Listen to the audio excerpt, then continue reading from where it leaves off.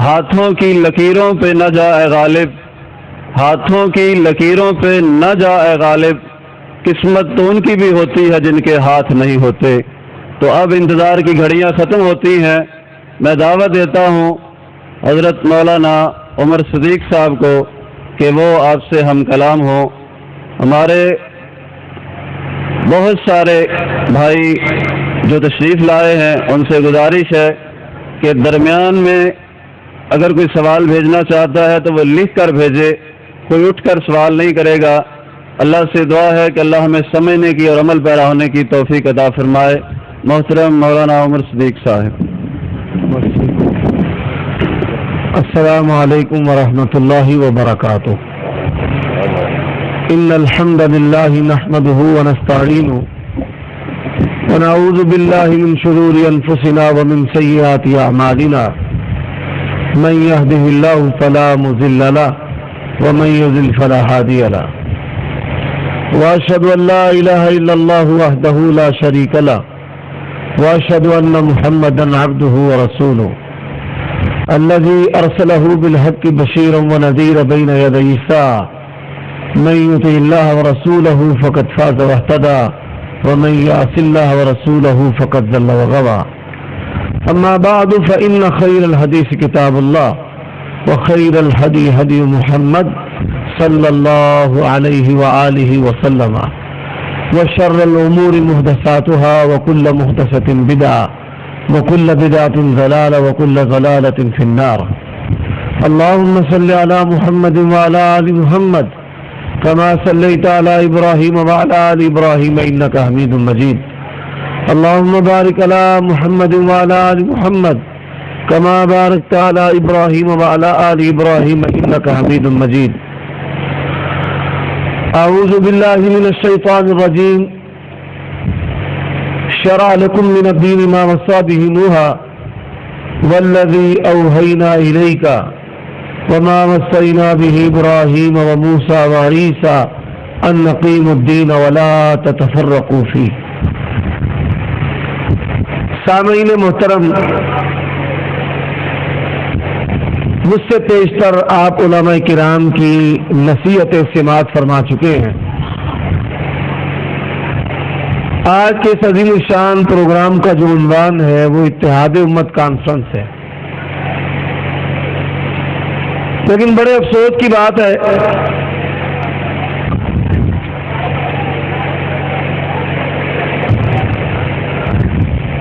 امت کے کثیر افراد اتحاد کے نام افتراق پھیلانے میں مصروف ہے۔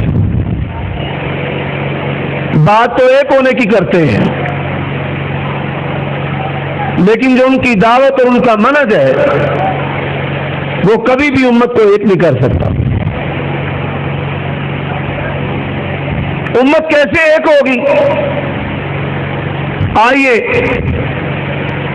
کتاب و سنت کے دلائل سے اور سلف صالحین کے فہم سے میں آپ کے سامنے چند باتیں عرض کرتا ہوں۔ اللہ تبارک و تعالیٰ نے آدم علیہ الصلوۃ والسلام کو پیدا کیا ہے۔ آدم علیہ الصلوۃ والسلام پہلے انسان ہیں۔ آدم علیہ الصلوۃ والسلام سے پہلے اس کائنات میں کسی انسان کا کوئی وجود نہیں تھا۔ آدم علیہ الصلوۃ والسلام کو پیدا کیا اور پھر ان کی بیوی کو ان کی پسلی کی ہڈی سے پیدا کیا۔ یا ایھا الناس اتقوا ربکم الذی خلقکم من نفس واحدہ وخلق منها زوجها وبث منهما رجالا كثيرا ونساء۔ پھر اللہ تعالیٰ نے آدم علیہ الصلوۃ والسلام اور حوا سلام اللہ علیہا ان کے باہم ملاپ سے بے شمار انسانوں کو پیدا کیا ہے، مرد اور عورتوں کو پیدا کیا ہے، اور یہ کائنات میں جو انسانوں کی بہاریں اللہ نے لگائی ہیں یہ وہیں سے شروع کی ہے۔ آدم علیہ الصلوۃ والسلام جہاں ابو البشر ہیں وہاں پہلے اللہ کے نبی و رسول ہیں۔ حضرت آدم علیہ الصلوۃ والسلام کو اللہ تبارک و تعالیٰ نے اپنے ہاتھ سے پیدا کیا ہے۔ اور یہ ان کے شرف اور کمال کی دلیل ہے. اپنے ہاتھ سے پیدا کیا اور اللہ تبارک و تعالیٰ نے خود آدم علیہ الصلوۃ والسلام کو سکھایا اور پڑھایا ہے. وَعَلَّمَ آدَمَ الْأَسْمَاءَ كُلَّهَا. اب اللہ نے اپنے ہاتھ سے پیدا کیا اور خود سکھایا پڑھایا. نبی رسول بھی ہیں. جب اللہ نے آدم علیہ الصلوۃ والسلام کو آسمان سے زمین پر اتارا ہے تو پہلا حکم جو اللہ نے ان کے ذریعے اپنے بندوں کو دیا ہے یہی اتحاد کی وہ اساس اور بنیاد ہے کہ جس پر امت جمع ہو سکتی ہے. اس کے علاوہ امت کسی اور نقطے پر جمع نہیں ہو سکتی. وہ کیا؟ فَإِمَّا يَأْتِيَنَّكُم مِّنِّي هُدًى فَمَن تَبِعَ هُدَايَ فَلَا خَوْفٌ عَلَيْهِمْ وَلَا هُمْ يَحْزَنُونَ. کہ آدم آپ پر آسمانی رشد و ہدایت آئے گی، آپ نے اس کی پیروی کرنی ہے. اور جو آسمانی رشد و ہدایت کی پیروی کرے گا اللہ کہتے ہیں دنیا میں بھی اس پر کوئی خوف نہیں ہے اور آخرت میں بھی وہ غمناک نہیں ہوگا. اب آدم علیہ الصلوۃ والسلام کو اللہ نے دین دیا ہے کہ آپ نے آسمانی رشد و ہدایت کی پیروی کرنی ہے. اور یہ اللہ تبارک و تعالیٰ کی پہلی دعوت ہے جو بندوں کے نام ہے. آگے چلیے قرآن مجید کا وہ حصہ جو میں نے شروع میں تلاوت کیا. شرع لکم من الدین ما وصی به نوحا والذی اوحینا الیک وما وصینا به ابراہیم وموسیٰ وعیسیٰ ان اقیموا الدین ولا تتفرقوا فیہ. اللہ نے تمام نبیوں میں سے 5 نبیوں کو سردار بنایا ہے اور ان 5 نبیوں سمیت تمام نبیوں سے برتر و بالا اگر کوئی ہستی ہے تو رسول اللہ صلی اللہ علیہ وآلہ وسلم کی ہستی ہے. حضرت نوح علیہ الصلوۃ والسلام، حضرت ابراہیم علیہ الصلوۃ والسلام، حضرت موسیٰ علیہ الصلوۃ والسلام، حضرت عیسیٰ علیہ الصلوۃ والسلام اور نبی آخر الزمان جناب محمد رسول اللہ صلی اللہ علیہ وسلم. اللہ نے اپنے آخری نبی کو مخاطب کیا ہے کہ ہم نے آپ کو کوئی انوکھا دین نہیں دیا، دعوت کے اندر کوئی تبدیلی نہیں آئی کہ آدم علیہ الصلوۃ والسلام کے لیے دعوت توحید کی تھی، آپ کے لیے کچھ اور ہے. آدم علیہ الصلوۃ والسلام پر پابندی تھی وہ آسمانی رشد و ہدایت کی پیروی کرے اور آپ کے لیے احکام اور ہیں. آسمان کا بادشاہ کہتا ہے اے میرے نبی ہم نے جو دین پہلے نبیوں کو دیا ہے وہی دین آپ کو دیا ہے. حضرت نوح علیہ الصلوۃ والسلام کو، ابراہیم علیہ الصلوۃ والسلام کو اللہ نے نام لیے ہیں. شرع لکم من الدین ما وصی به نوحا. ہم نے آپ کے لیے وہی چیز مشروع کی ہے، اسی کو شریعت مقرر کیا ہے کہ جو نوح علیہ الصلوۃ والسلام پر نازل کیا. وما وصینا به ابراہیم، اور جس کی وصیت ابراہیم کو کی. وموسیٰ وعیسیٰ، اور موسیٰ اور عیسیٰ علیہ السلام کو کی. ان اقیموا الدین، میرے دین کو قائم کرو. ولا تتفرقوا فیہ، اس میں دڑے بندی اور گروہ اختیار نہیں کرنا. اب نبی صلی اللہ علیہ وآلہ وسلم پر اللہ تبارک و تعالیٰ نے اس بات کو ایک اور انداز سے نازل کیا ہے. قرآن مجید کا یہ 3واں مقام ہے. آدم علیہ الصلوۃ والسلام کو کہا فَإِمَّا يَأْتِيَنَّكُم مِّنِّي هُدًى فَمَن تَبِعَ هُدَايَ. کیا آپ پر آسمان سے رشد و ہدایت آئے، آپ نے اس کی پیروی کرنی ہے. اور اللہ کے نبی کو، آخری نبی کو، یہ پہلے نبی کو اللہ نے پیغام دیا ہے اور جو آخری نبی ہے فرمایا فَاسْتَمْسِكْ بِالَّذِي أُوحِيَ إِلَيْكَ إِنَّكَ عَلَىٰ صِرَاطٍ مُسْتَقِيمٍ. اے میرے نبی آپ پر فَاسْتَمْسِكْ. قرآن مجید کے الفاظ پہ غور کیجئے. بادشاہ کہتے ہیں، خالق و مالک کہتے ہیں، ہمارے الہ کہتے ہیں. کس کو کہہ رہے ہیں؟ مخلوق میں سے سب سے برتر و بالا اور افضل و اعلیٰ محمد رسول اللہ کو کہہ رہے ہیں آپ مضبوطی سے تھام لیں. بالذی اوحی الیک، جو آپ کی طرف وحی کیا گیا ہے. انک علی صراط مستقیم، بے شک آپ سیدھے راستے پر ہیں. اس آیت کریمہ سے 2 باتیں واضح ہوتی ہیں کہ اللہ نے جس طرح آدم علیہ الصلوۃ والسلام کو وحی کا پابند کیا اسی طرح اللہ نے حضرت محمد الرسول اللہ صلی اللہ علیہ وسلم کو بھی وحی کا پابند کیا. اور دوسری بات کہ وحی کی پیروی کرنے والے اللہ کے نبی صلی اللہ علیہ وسلم ہی سیدھے راستے پر ہے، اور جو نبی کا راستہ چھوڑ دے وہ کبھی بھی سیدھے راستے پر ہو سکتا نہیں. قرآن مجید اس کی گواہی دیتا ہے. قرآن مجید کا چوتھا مقام وَمَن يُشَاقِقِ الرَّسُولَ مِن بَعْدِ مَا تَبَيَّنَ لَهُ الْهُدَى وَيَتَّبِعْ غَيْرَ سَبِيلِ الْمُؤْمِنِينَ نُوَلِّهِ مَا تَوَلَّى وَنُصْلِهِ جَهَنَّمَ وَسَاءَتْ مَصِيرًا. نبی کی نافرمانی کرے حق واضح ہو جانے کے بعد اور آپ کے یاروں کے رستے کو چھوڑ دے، اللہ اسے شتر بے مہار کی طرح چھوڑ دیتے ہیں. اس کا ٹھکانہ جہنم ہے اور جہنم بدترین ٹھکانہ ہے. حضرات آئیے میں چند مثالیں پیش کرنا چاہتا ہوں کہ اللہ کے نبی صلی اللہ علیہ وآلہ وسلم کس طرح اللہ کی شریعت کے پابند تھے. آپ اللہ کے نبی رسول ہیں اور اپنی نبوت اور رسالت کی خود بھی گواہی دینے والے ہیں. اللہ کی شریعت کو، آیات کو اور اس کی تشریحات کو امت تک پہنچانے والے ہیں اور خود بھی اللہ تبارک و تعالیٰ کی نازل کردہ تعلیمات پر سختی سے عمل کرنے والے ہیں. آج تو ترغیب دی جاتی ہے کہ ہمارے جو بزرگ ہیں، ہمارے جو بڑے ہیں، ان کی بات کو نہیں چھوڑنا. اگر قرآن ہاتھ سے جاتا ہے تو جائے، حدیث جاتی ہے تو جائے. آپ کہیں گے یہ محض ایک جذباتی جملہ ہے جو الزام کی حیثیت کرتا ہے. اللہ کی قسم یہ الزام کی حیثیت نہیں، یہ حقیقت ہے. کتابوں کے اندر یہ اصول و قوانین پڑھائے جاتے ہیں اور میں آئندہ گفتگو میں انشاءاللہ اس کی مثال دوں گا. رسول اللہ صلی اللہ علیہ وسلم کس طرح اللہ کی شریعت کے پابند ہیں. صحیح بخاری میں یہ موجود ہے کہ جوانوں میں سے اسامہ بن زید رضی اللہ تعالیٰ عنہ نبی پاک کے بڑے پسندیدہ تھے. فاطمہ مخزومیہ نے چوری کر لی. اب کس کو سفارشی بنائے؟ اسامہ بن زید رضی اللہ تعالیٰ عنہ ان کو سفارشی بناتے ہیں. اللہ کے نبی صلی اللہ علیہ وسلم کے ساتھ ان کی بڑی بات چیت تھی جس کو ہم بے تکلفی کہتے ہیں. صحابہ کرام رضوان اللہ علیہ مجمعین کمال ادب کرتے تھے.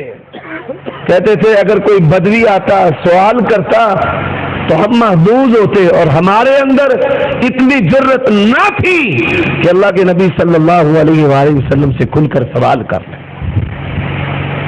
اسامہ رضی اللہ تعالیٰ عنہ اللہ کے نبی کے پاس گئے. کہتے ہیں یا رسول اللہ بڑا اونچا قبیلہ ہے، بڑے معزز لوگ ہیں، اگر اس کا ہاتھ کٹ گیا تو کہتے ہیں ہماری ناک کٹ جائے گی. نبی صلی اللہ علیہ وآلہ وسلم کے محبوب سے آدھی ہے. ہمارے ہاں معیار کیا ہے کہ فلاں میرا پیارا ہے، میں سب کی بات ٹال سکتا ہوں، اس کی بات نہیں ٹال سکتا. اللہ کے نبی پوری کائنات کی بات ٹال سکتے ہیں، اپنے رب کی بات نہیں ٹال سکتے. اسامہ کو کیا کہا؟ تشفع حد من حدود اللہ، اللہ کی حدوں میں سفارش کرتے ہیں. سن لے لو ان فاطمہ بنت محمد سرقت لقطعت یدها، اگر میری بیٹی فاطمہ بھی چوری کرتی میں محمد رسول اللہ اس کا بھی ہاتھ کاٹ کے رکھ دیتا. دوسری مثال، ایک صحابی تھے ہلال رضی اللہ تعالیٰ عنہ، اچانک اپنے گھر میں گئے تو اپنی بیوی کو برائی کرتے دیکھا. بڑے پریشان ہوئے، رسول اللہ کے پاس آ گئے. کہنے لگے یا رسول اللہ صلی اللہ علیہ وسلم میں اپنے گھر گیا ہوں تو میں نے اپنی بیوی کو برائی کرتے دیکھا ہے. تب شریعت کا حکم تھا کہ 4 گواہ پیش کرے. اگر 4 گواہ نہیں پیش کر سکے تو افترا تہمت لگانے کی حد لگے گی جو 80 کوڑے. لعان کے احکامات ابھی نازل نہیں ہوئے تھے. لعان کہ جو الزام لگانے والا ہے وہ بھی 5 قسمیں اٹھائے اور جو الزام کا انکار کرنے والی عورت ہے وہ بھی 5 قسمیں کہ میں نے ایسا عمل نہیں کیا.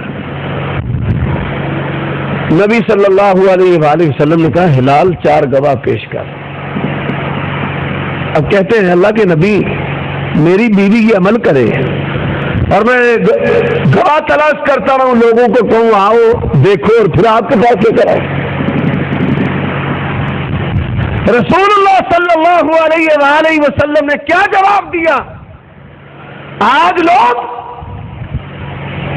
حقائق، واقعات، جذبات اور نہ جانے کیا کیا بنیادیں بنا لیتے ہیں حق کا انکار کرنے کے لیے، قرآن حدیث کا انکار کرنے کے لیے۔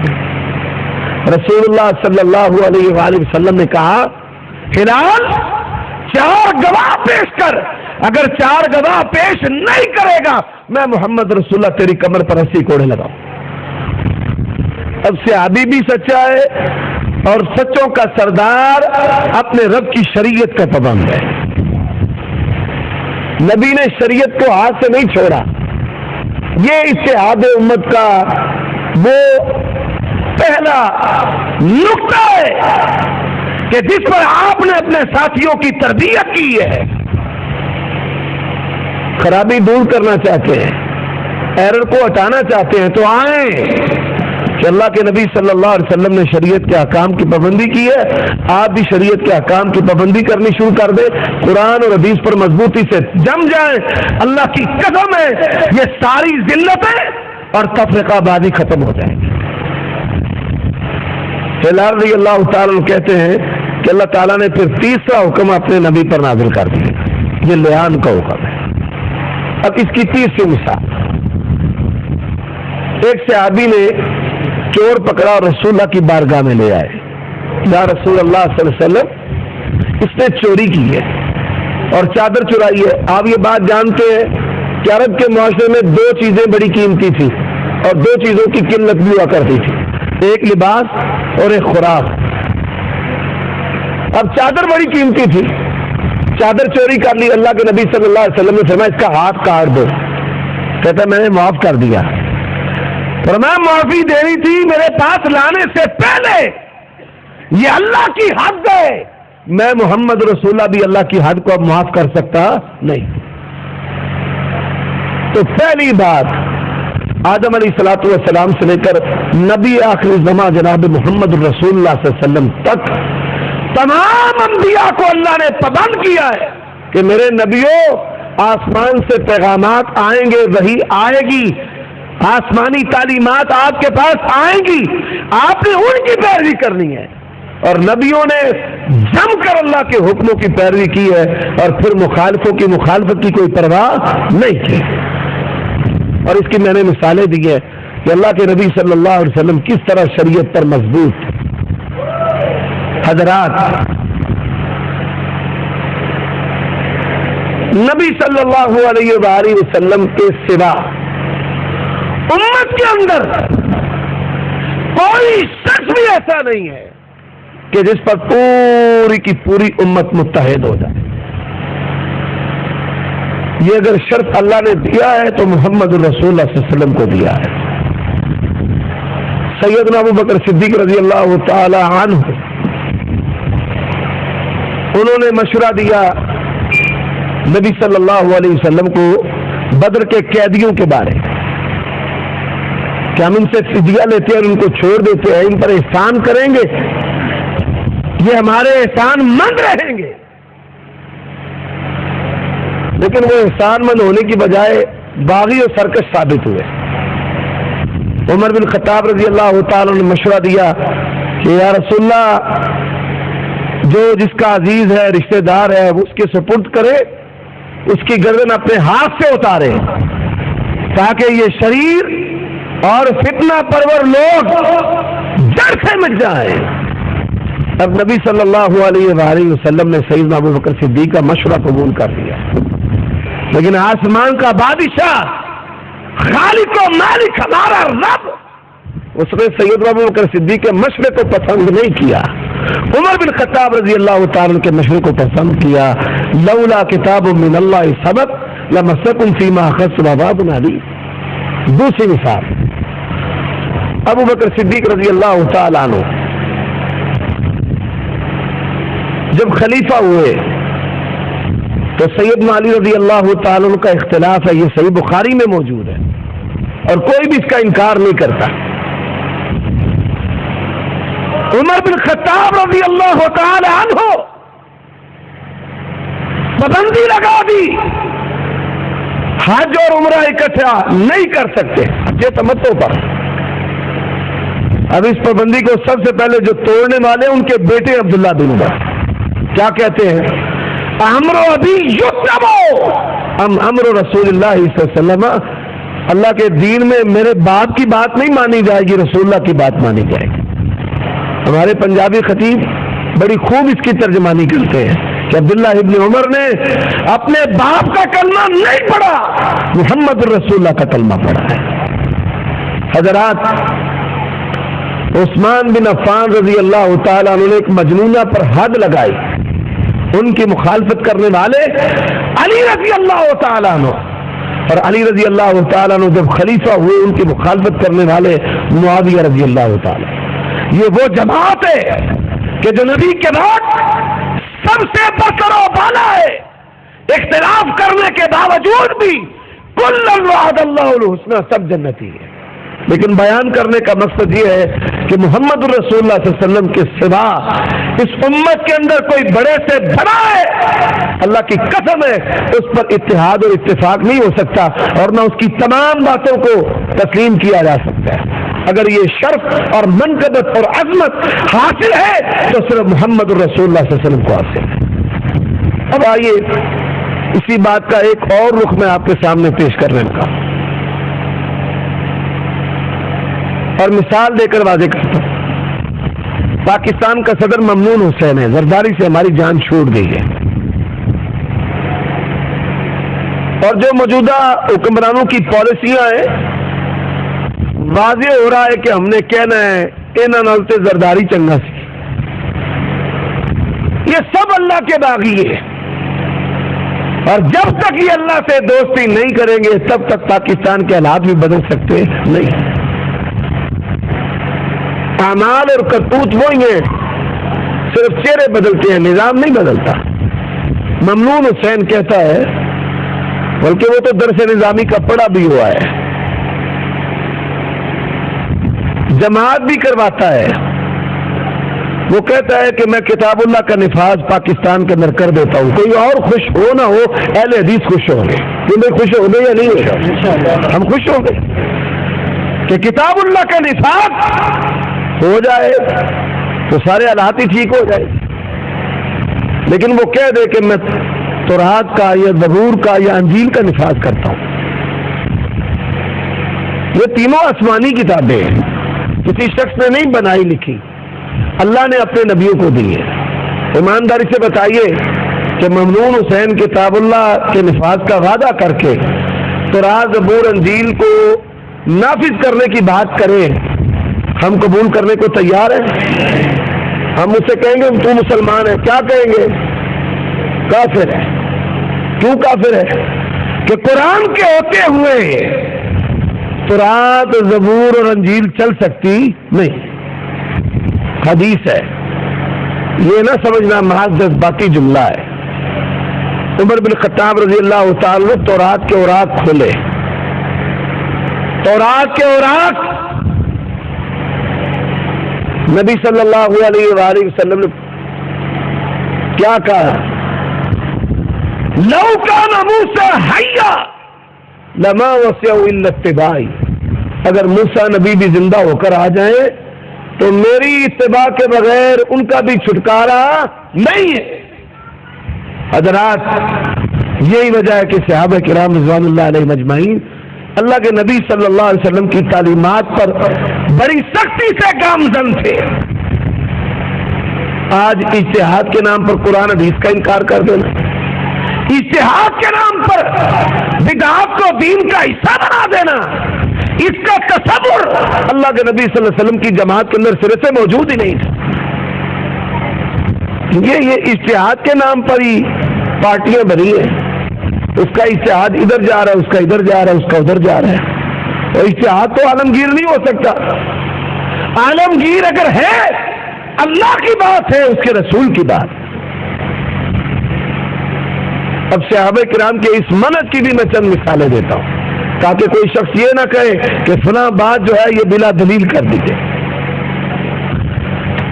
سیدنا ابو بکر صدیق رضی اللہ تعالیٰ عنہ وہ صحابی ہیں کہ ان کی 4 پشتوں کو صحابی ہونے کا شرف حاصل ہے۔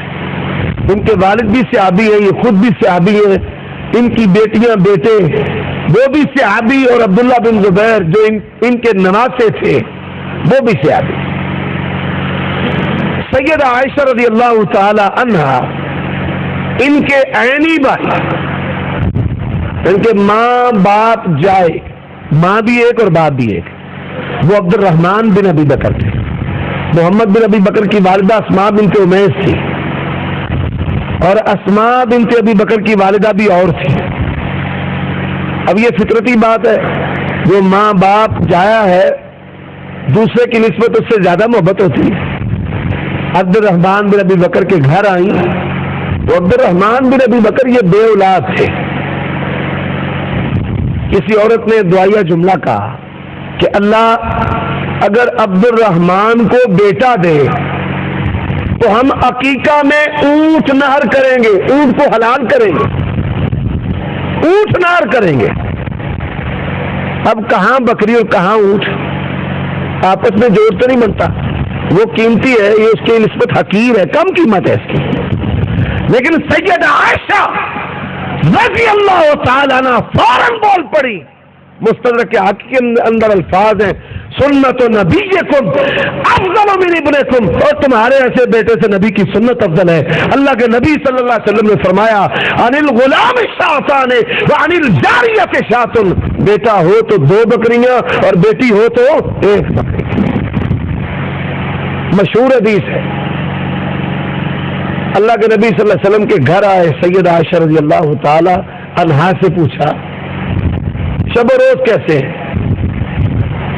بیویوں کے ساتھ تعلقات بھی ہیں، رات کو سوتے بھی ہیں، نماز بھی پڑھتے ہیں، روزہ رکھتے ہیں، چھوڑ بھی دیتے ہیں۔ ایک کہنے لگا میں ساری زندگی نکاح نہیں کروں گا، دوسرا کہتا ہے کہ میں ساری زندگی روزے رکھوں گا، تیسرا کہتا ہے رات بھر سوؤں گا نہیں، قیام کروں گا۔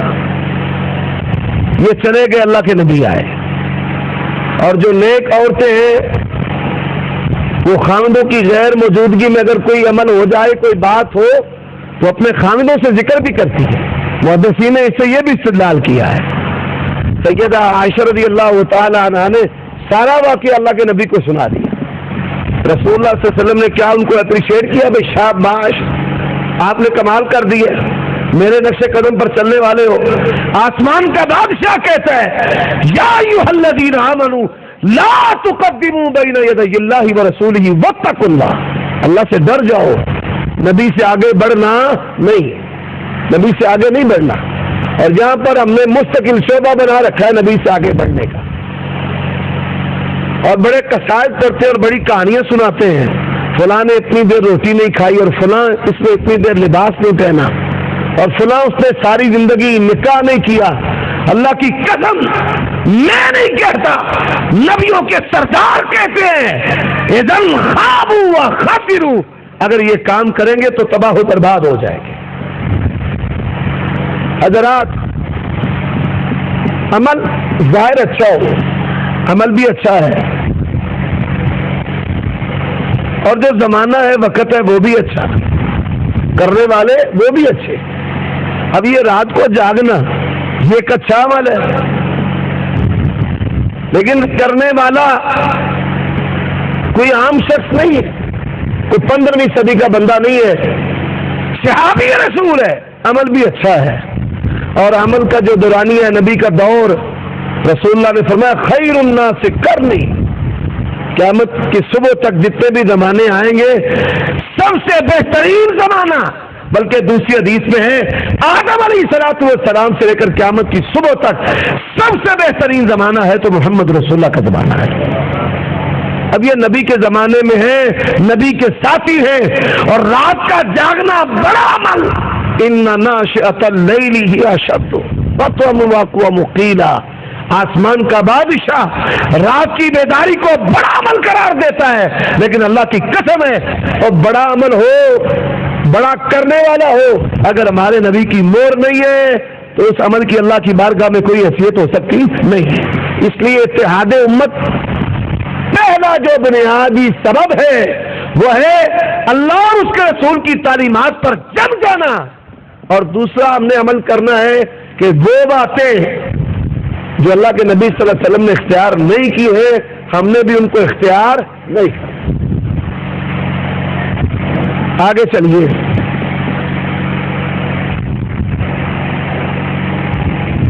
امت کو متحد کرنے کے لیے کہا جاتا ہے کہ آپ ایک امام کے افکار و نظریات کو اپنا لیں. ہم کہتے ہیں کہ اللہ تبارک و تعالیٰ نے اس کائنات میں الامام الاعظم، سب سے بڑا اگر کسی کو امام بنایا ہے تو محمد رسول اللہ کو امام بنایا ہے. آپ سے بڑھ کر کوئی امام ہے نہیں. اور پھر اللہ نے جو آپ کو دین دیا ہے وہ دین بھی مکمل ہے، کسی اور نبی کا دین مکمل نہیں. اليوم اکملت لکم دینکم واتممت علیکم نعمتی ورضیت لکم الاسلام دینا.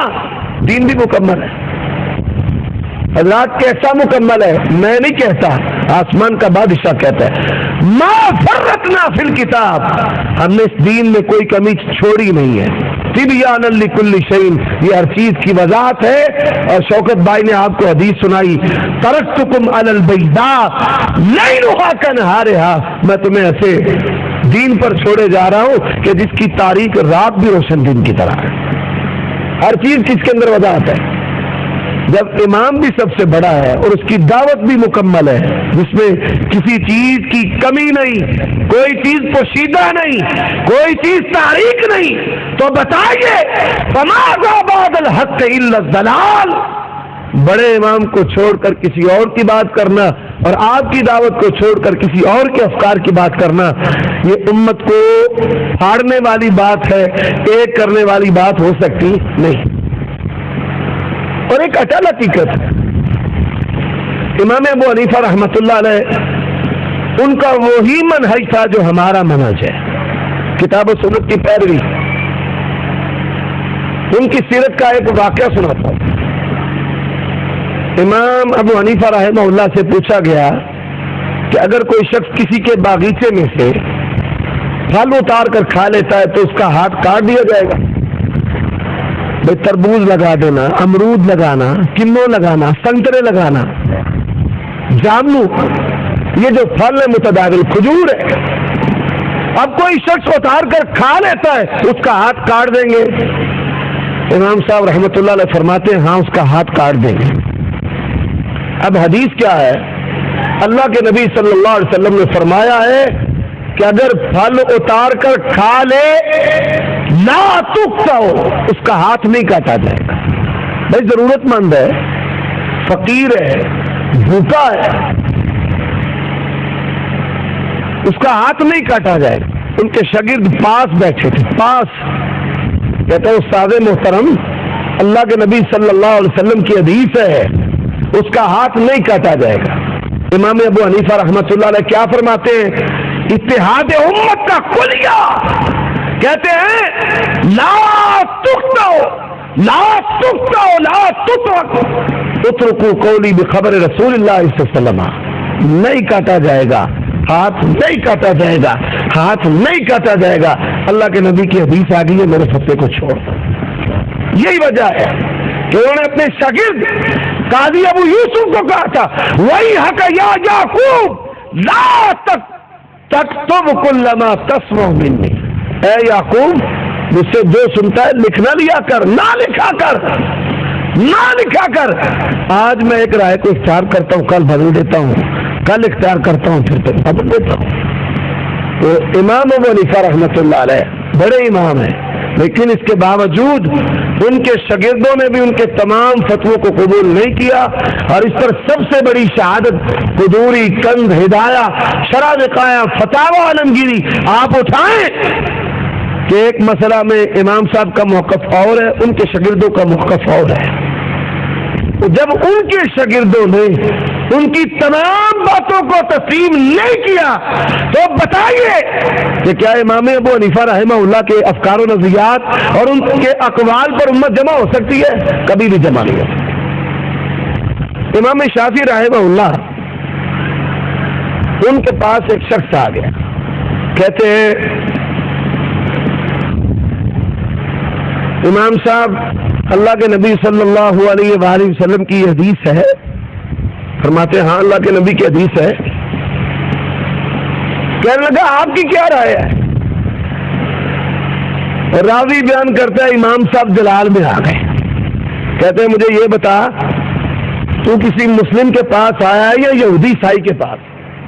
وہ کہنے لگا جی میں مسلم کے پاس آیا ہوں، امام ہے، محدث ہے وقت کے، مرجع ہے نا دین کے مسائل میں، بڑے بڑے علماء بھی امام شافعی پر رجوع کرتے ہیں۔ کہتے مجھے یہ بتا مسجد میں آیا ہے یا کسی معبد و گرجا میں گیا ہے؟ کہتے جی مسجد میں آیا ہے۔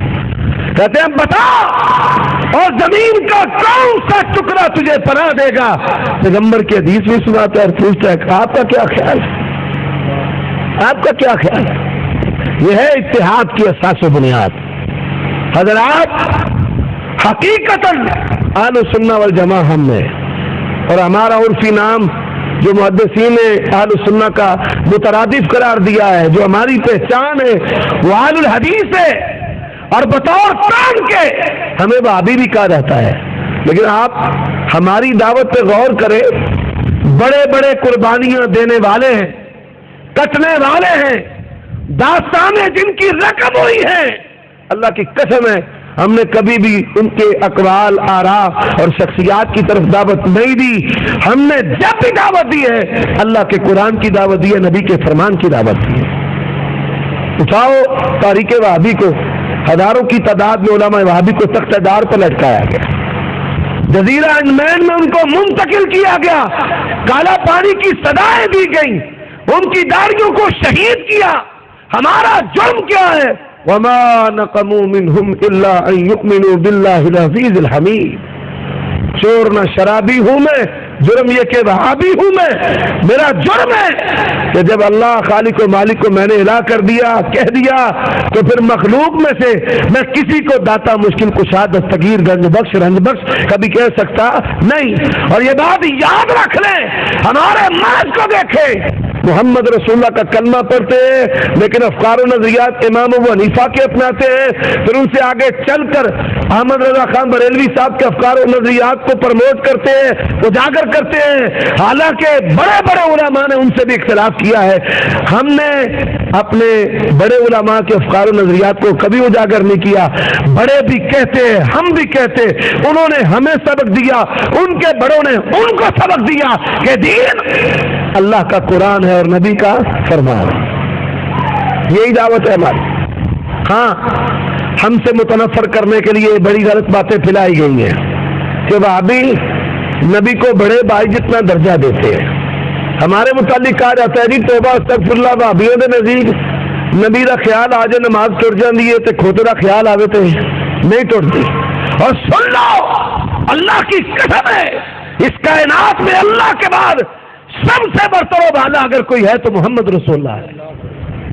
بڑے بھائی جنہ شان نبی دا جڑا جاندا ہے، لکھ لعنت تو ستے منہ کالا اس شیطان دا ہے۔ الزام لگاتے ہو اندر۔ آؤ ہم کہتے ہیں نماز اگر ہوگی، پھر سن لو، 1000 مرتبہ سن لو، نماز اگر ہوگی نبی کے خیال اور نبی کے طریقے کے مطابق ہوگی، ویسے ہو سکتی نہیں ہے۔ کس دنیا میں رہتے ہو؟ لوگوں کو متنفر کرنے کے لیے گستاخ کہنا آسان ہے، ہماری گستاخی کیا ہے ذرا سنیے۔ کہتے ہیں نبی بشر ہے، اگر یہ گستاخی ہے، قرآن کہتا ہے کل انما انا بشر مثلکم، اگر یہ گستاخی ہے، اٹھا بخاری اللہ کے نبی نے کہا انما انا بشر، ہم کہتے ہیں بشر ہے پر سید البشر ہے، اس کائنات میں آپ جیسا کوئی اور بشر نہیں ہے۔ کہتے ہیں گستاخ ہے، بھئی اب ہم نے کیا گستاخی کر دی ہے؟ یہ کہتے ہیں نبی پاک صلی اللہ علیہ وسلم کو علم غیب عطا ہی نہیں ہے، آپ عالم الغیب نہیں ہے۔ ہم کہتے ہیں اس کائنات میں اللہ کے بعد سب سے زیادہ جس کا علم ہے وہ محمد رسول اللہ ہے، اور عالم الغیب کون ہے؟ اللہ۔ ہم نہیں کہتے، اللہ خود کہتا ہے، اس کا نبی کہتا ہے، صحابہ کہتے ہیں قل لا یعلم من فی السماوات والارض الغیب الا اللہ۔ اور سیدہ عائشہ رضی اللہ تعالیٰ عنہ کہتی ہیں جو شخص 3 باتیں بیان کرے پکا جھوٹا ہے۔ پہلی بات، اللہ کے نبی صلی اللہ علیہ وسلم نے اللہ کو دیکھا ہے، لا تدرک الابصار، اس دنیا میں کوئی آنکھ اللہ کو دیکھ سکتی نہیں۔ سیدہ عائشہ کہتی ہیں کوئی شخص کہے کہ اللہ کے نبی نے اللہ کی شریعت کو چھپایا ہے، آج ہم دلیل پوچھتے ہیں ترک دنیا پر، ٹاٹ پہننے پر، الٹا لٹکنے پر کیا آیت حدیث سے پیش کر دو. کہتے ہیں وہابیوں تم کو سمجھ نہیں آئے گی، یہ باتیں سینہ بسینہ ہے. ہم کہتے ہیں اللہ کے نبی نے کوئی بات سینہ بسینہ نہیں چھوڑی، بلکہ سیدہ عائشہ کہتی ہے جھوٹا ہے، اللہ کے نبی نے ہر بات پھیلائی پہنچائی ہے. یا ایھا الرسول بلغ ما انزل الیک. اور تیسری بات تو سب کچھ ہی جانتے ہیں، سب کچھ ہی جانتے ہیں. سیدہ کہتی ہے نہیں، سب کچھ ہی جاننے والا کون ہے؟ اللہ. قل لا یعلم من فی السماوات والارض الغیب الا اللہ. بھائی ترجمہ آپ کے علماء نے کیا، وہ لے آئے. حضرات ہمارا کوئی بھی عقیدہ عمل، کوئی بھی عقیدہ و عمل ایسا ہے ہی نہیں کہ جس پر محدثین نے کتابیں نہ لکھی ہو، جس کو محدثین نے نمایاں نہ کیا ہو، جو اللہ کے قرآن میں موجود نہ ہو، نبی کے فرمان میں موجود نہ ہو. اللہ کی قسم ہے مستقل اہل حدیث کا کوئی عقیدہ عمل ایسا نہیں ہے جو اللہ کی شریعت میں، قرآن میں، حدیث میں، محدثین کی کتابوں میں موجود نہیں ہے. کہتے ہیں انگریز کے دور کی پیداوار ہے. کچھ لوگ یہ بھی کہتے ہیں، ہم کہتے ہیں آؤ محدثین کی کتابیں جمع کر لو عقیدوں پر، مسئلوں پر. کون نیا ہے کون پرانا ہے ابھی فیصلہ ہو جائے گا. عقائد پر کتابیں لکھی ہے محدثین نے، جیسے کتاب الارشاد ابن ابی شیبہ رحمۃ اللہ علیہ کی، کتاب التوحید امام بخاری نے لکھی ہے، کتاب التوحید حافظ ابن خزیمہ نے لکھی ہے، کتاب الایمان ابن مندہ نے لکھی ہے. بڑی عقیدے کی کتابیں ہیں، جمع کر لو. اللہ کی قسم ہے سارے کے سارے آ جاؤ. اگر دنیا میں کوئی کامیاب جماعت ہے جن کے عقیدے ان کے مطابق ہے، ان کتابوں کے مطابق ہے، تو صرف ہے نہیں. بھائی امت ایک ہونی چاہیے کہ نہیں ایک ہونی چاہیے؟ امت ایک ہونی چاہیے. میں امت کو تقویۃ الایمان پر ایک نہیں کرنے آیا، حسام الحرمین پر ایک کرنے کے ہم قائل نہیں، اور عقائد علماء دیوبند پر بھی ایک کرنے کے قائل نہیں. ہم کہتے ہیں امت ایک ہوگی، سلف کے منہج پر ہوگی اور کتاب و سنت پر ہوگی. آؤ عقیدے کی کتابیں جمع کر لیتے ہیں، جن کے عقیدے ان کے عقیدوں کے مطابق وہ سچے ہیں، اور جن کے عقیدے ان کتابوں کے مطابق نہیں اور وہ سچے بھی نہیں. بھائی ہم رفع الیدین کرتے ہیں. امام بخاری رحمۃ اللہ علیہ نے کتاب لکھی ہے، بڑے بڑے محدثین نے رفع الیدین کرنے پر کتابیں لکھی ہے. دنیا کے کسی محدث نے رفع الیدین نہ کرنے پر کوئی کتاب نہیں لکھی. کہا جاتا ہے یہ بغلوں میں بت رکھتے تھے، بغلوں میں بت. بھائی نماز با جماعت تو مدینہ میں، بت پرستی مکہ میں، بانمتی میں کنبا جوڑا، کہیں کی کہیں کا روڑا. بھائی سمجھ آئیے، منافق مدینے کے اور بت مکے کے ڈال لیتے ہیں. مانزل اللہ بہا من سلطان، اس کی کوئی دلیل برہان نہیں. پوچھو تو کہیں علماء سے سوال کریں. ایک اٹھتا ہے کہتا ہے شریر گھوڑوں کی دموں کی طرح ہے. محدثین امام بخاری نے صحیح بخاری میں باب باندھا ہے، امام نووی نے صحیح مسلم ہے، امام نسائی رحمہ اللہ، امام ترمذی، امام ابو داؤد، ابن ماجہ، ابن حبان، ابن خزیمہ. ہم فاتحہ پڑھتے ہیں امام کے پیچھے. امام بخاری نے اس پر کتاب لکھی ہے، امام بیکی نے لکھی ہے. دنیا کے کسی محدث نے امام کے پیچھے فاتحہ نہ پڑھنے پر کتاب نہیں لکھی. اور اونچی آمین کہتے ہیں یا نہیں کہتے؟ اونچی آمین سے چڑھنے والوں آؤ. صحیح بخاری کے اندر امام بخاری نے اونچی آمین کا باب باندھا ہے، امام نووی نے صحیح مسلم میں باندھا ہے، امام نسائی نے باندھا ہے، ابن ماجہ نے باندھا ہے، ابن حبان نے باندھا ہے، ابن خزیمہ نے باندھا ہے. آہستہ آمین کا باب دنیا کے کسی امام محدث سے باندھا نہیں. ہم کہتے ہیں آؤ اگر امت کو ایک کرنا چاہتے ہو، ہمارے نظریات پر نہیں، ہمارے افکار پر نہیں، مولویوں کی آراء پر نہیں، محدثین نے جو عقیدے اور مسئلوں پر کتابیں لکھی ہیں اسی پر تراویح پڑھتے ہیں، 8 پڑھتے ہیں. محدثین نے ابواب قائم کیے. امام بخاری رحمۃ اللہ علیہ نے باب باندھا ہے کتاب الصلاۃ التراویح، 8 تراویح کی حدیث لے کر آئے ہیں. دنیا کے کسی امام نے 20 تراویح کا باب باندھا ہی نہیں. بھائی کوئی مسئلہ انگلی تو رکھو کہ وہابیو تمہارا یہ عقیدہ کہاں پر موجود ہے. انگلی تو رکھو وہابیو یہ تمہارا مسئلہ کدھر ہے. انگلی رکھنا تمہارا کام ہے، اور اللہ کی قسم ہے عقیدے اور مسئلے قرآن حدیث سے اور محدثین کی کتابوں سے ڈھیر لگا دینا ہمارا کام. اور بھائی بات کی سمجھ بھی آ رہی ہے کہ اوپر سے گزر رہی ہے؟ حضرات آگے چلیے. علماء سے علماء اختلاف کرتے ہیں, آئمہ سے آئمہ نے اختلاف کیا, استادوں سے شاگردوں نے, شاگردوں سے ان کے شاگردوں نے, شاگردوں سے استادوں نے اختلاف کیا ہے. اب اختلاف کیا ہے لیکن دنیا کے اندر ایک ہستی ہے جس سے کوئی اختلاف نہیں کر سکتا. اتحاد اگر کرنا چاہتے ہو, اختلاف کو مٹانا چاہتے ہو, آؤ محمد رسول اللہ صلی اللہ علیہ وسلم کی سچے دل سے پیروی کر لو. یہ ہمارے جو تبلیغی جماعت والے بھائی ہیں, ان کے ہاتھ میں فضائل اعمال ہے. مدینہ النبی میں مجھے ایک شخص مل گیا, اس کے ہاتھ میں فضائل اعمال تھی. میں نے کہا کیوں پڑھتے ہو؟ کہتے ہیں امت کی فکر میں, امت کو ایک کرنے نکلے ہیں. میں نے کہا یہ مولوی زکریا کی کتاب ہے. مولوی زکریا کو امت کے کئی طبقات نہیں مانتے. آؤ فضائل اعمال پر امت کبھی بھی جمع نہیں ہوگی. اگر امت جمع ہو سکتی ہے یا اللہ کے قرآن پر ہو سکتی ہے یا نبی کے فرمان پر ہو سکتی ہے. اب ہمارے کچھ بھائی فیضان سنت لے کر اٹھے, ان کے مقابلہ فضائل اعمال پر بھی امت ایک نہیں ہو سکتی اور کبھی فیضان سنت پر بھی امت ایک ہو سکتی ہے. یہی وجہ ہے کہ شخصی تقلید کی دعوت دینے والے یہ کبھی بھی اتحاد قائم نہیں کر سکتے, کیونکہ اتحاد قائم کرنے کے لیے بنیادی شرط ہے اللہ کے نبی صلی اللہ علیہ وسلم کے افکار و نظریات, آپ کی تعلیمات, آپ کے عقیدہ عمل کو, آپ کی دعوت کو مضبوطی سے تھام لینا. امام ابو حنیفہ رحمۃ اللہ علیہ سے ان کے شاگردوں نے اختلاف کیا ہے. امام ابو حنیفہ رحمہ اللہ کا اختلاف امام مالک سے ہے, امام مالک کا اختلاف امام شافعی سے ہے, امام شافعی کا اختلاف امام احمد سے ہے, امام احمد کا اختلاف ان ائمہ سے ہے. تو جب یہ تمام امت کے افراد اور یہ باقی جو تین ہے ایک امام پر جمع نہیں ہو سکے, حنفی مالکی شافعی حنبلی نہیں ہو سکے, حنبلی حنفی مالکی شافعی نہیں ہو سکے, مالکی شافعی وہ حنفی نہیں ہو سکے, وہ حنبلی نہیں ہو سکے, تو بتائیں امت کیسے ایک ہو؟ امت ایک ہونے کا طریقہ. حضرات میں اپنی بات کو تھوڑا آگے چلاتا ہوں کہ صحابہ کرام رضوان اللہ علیہ مجمعین کے اندر جب بھی کبھی اختلاف رونما ہوا ہے وہ کیسے حل کرتے تھے. آج کہا جاتا ہے نہیں قرآن حدیث کو ہم نہیں سمجھ سکتے, یہ شیطانی بات ہے. اللہ نے یہ قرآن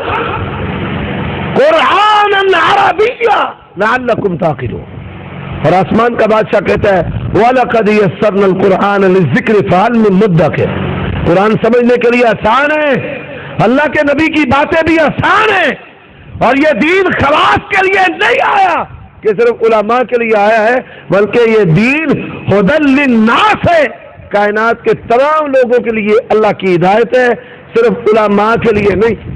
اور ہمارے بھائی کیا کہتے ہیں, عوام کو تو یہ قرآن حدیث گمراہ کر دے گا. ہاں اس کو صرف علماء ہی ہاتھ لگا سکتے ہیں, کوئی اس کو اور نہ پڑھے. نہیں, اس کو علماء بھی پڑھے, اس کو عوام بھی پڑھے, اس کو خواص بھی پڑھے. یہ اللہ کی ہدایت, اللہ کی دعوت جو اس کے رسول کے ذریعہ ہے, یہ تمام لوگوں کے لیے, کسی خاص طبقے کے لیے نہیں. بڑی معذرت کے ساتھ آج ایک حدیث ہے, کہہ دیا جاتا ہے ہاں حدیث تو ہے لیکن ہمارے امام نے اس پر عمل نہیں کیا, ہم نہیں کریں. حدیث تو ہے لیکن امام شافعی کیا ہے. نہیں, یہ حدیث نبی کی اور پوری امت کے لیے ہے, صرف ایک امام کے لیے نہیں, اس کے تقلید کرنے والوں کے لیے نہیں ہے, امت کے تمام افراد کے لیے ہے. اور یہ دین جوڑنے کے لیے آیا ہے. ان کے طرز عمل سے کچھ لوگوں کو یہ غلط فہمی ہوئی ہے کہ حدیثیں لڑاتی ہیں. میں کیا کرتا ہوں, حدیثیں تو جوڑتی ہیں. گلا تو گھوڑ دیا تیرا اہل مدرسہ نے, بتا کہاں سے آئے صدا لا الہ الا اللہ. حدیثیں تو جوڑتی ہیں, حدیثوں سے جو غلط معنی لینے والے ہیں وہ امت کو پھاڑتے ہیں. تو میرے بھائیے, ہم گالیاں دینے نہیں آئے, ہم کسی کو برا کہنے نہیں آئے, ہم اتحاد امت کی وہ دعوت لے کر آئے ہیں جو محمد رسول اللہ نے دعوت دی. ہم وہ پیغام لے کر آئے ہیں, وہ مسلک آپ کے سامنے پیش کرتے ہیں جو سیدنا ابو بکر صدیق رضی اللہ تعالیٰ عنہ کا مسلک تھا. صحیح بخاری میں حدیث موجود ہے,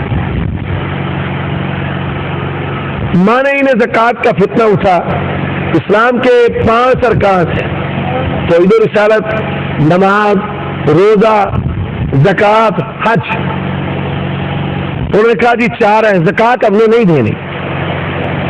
ابو بکر صدیق رضی اللہ تعالیٰ نے کہا جو زکوٰۃ نہیں دے گا واللہ لا اقاتلن من فرق بین الصلاۃ والزکوٰۃ, میں اس سے لڑوں گا. عمر رضی اللہ تعالیٰ عنہ آئے, بڑی مصلحت پیش کی. داخلی بھی فتنے ہیں, خارجی بھی فتنے ہیں. مسلمہ کذاب کی سرکوبی کے لیے لشکر ہے ادھر, اور ادھر مانع زکوٰۃ کا فتنہ ہے.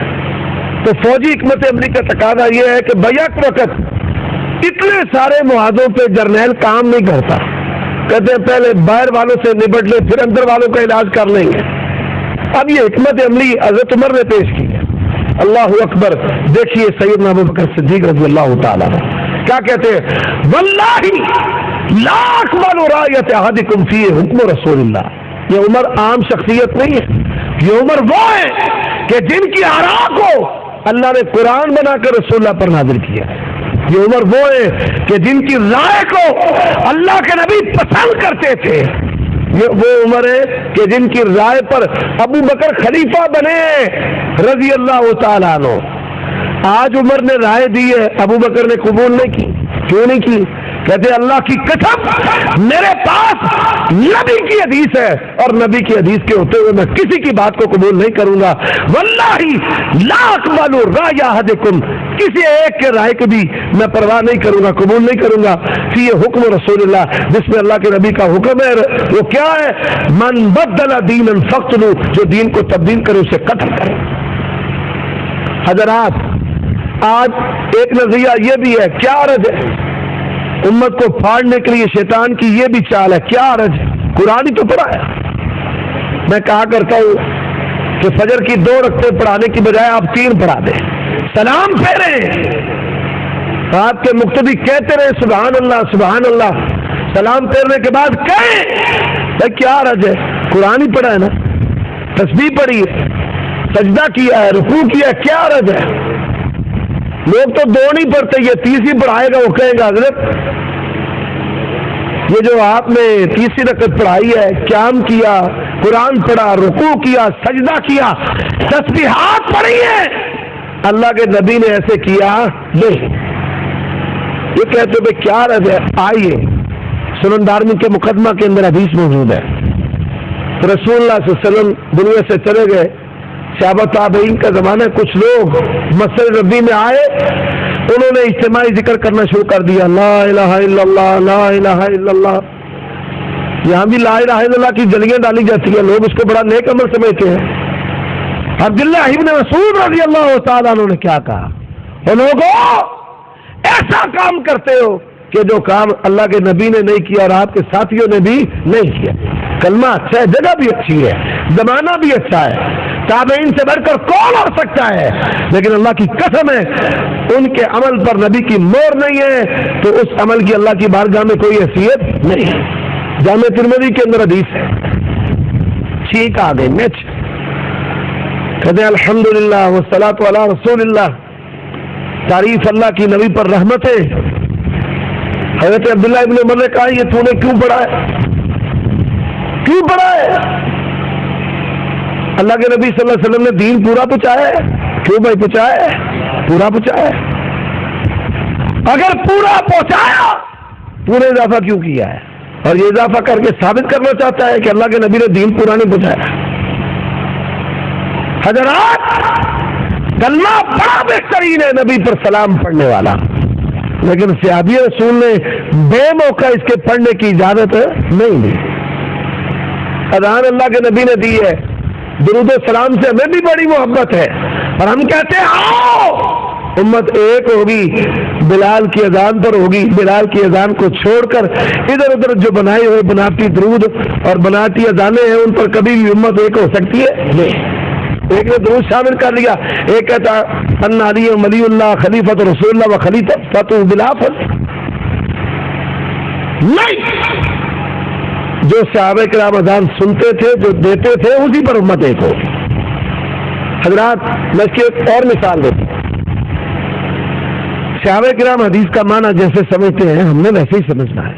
یہ نہیں کہ حدیث کا وہ معنی کریں جو معنی صحابہ کرام نے نہیں کیا. جنازہ پڑھایا, جنازہ پڑھانے کے بعد وہیں پر دعا کرنا شروع کر دی.